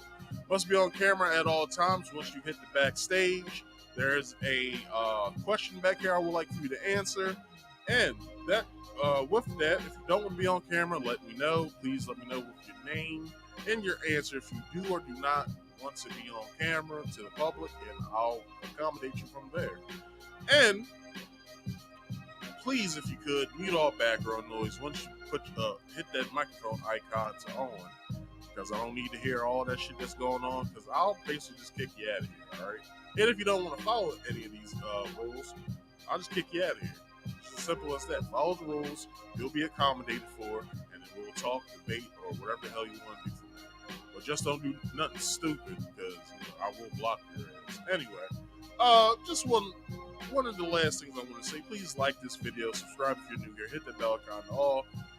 Comment in the comment section once this video ends, and make sure you share this to your social medias, friends, family, and co-workers if you like it. All right.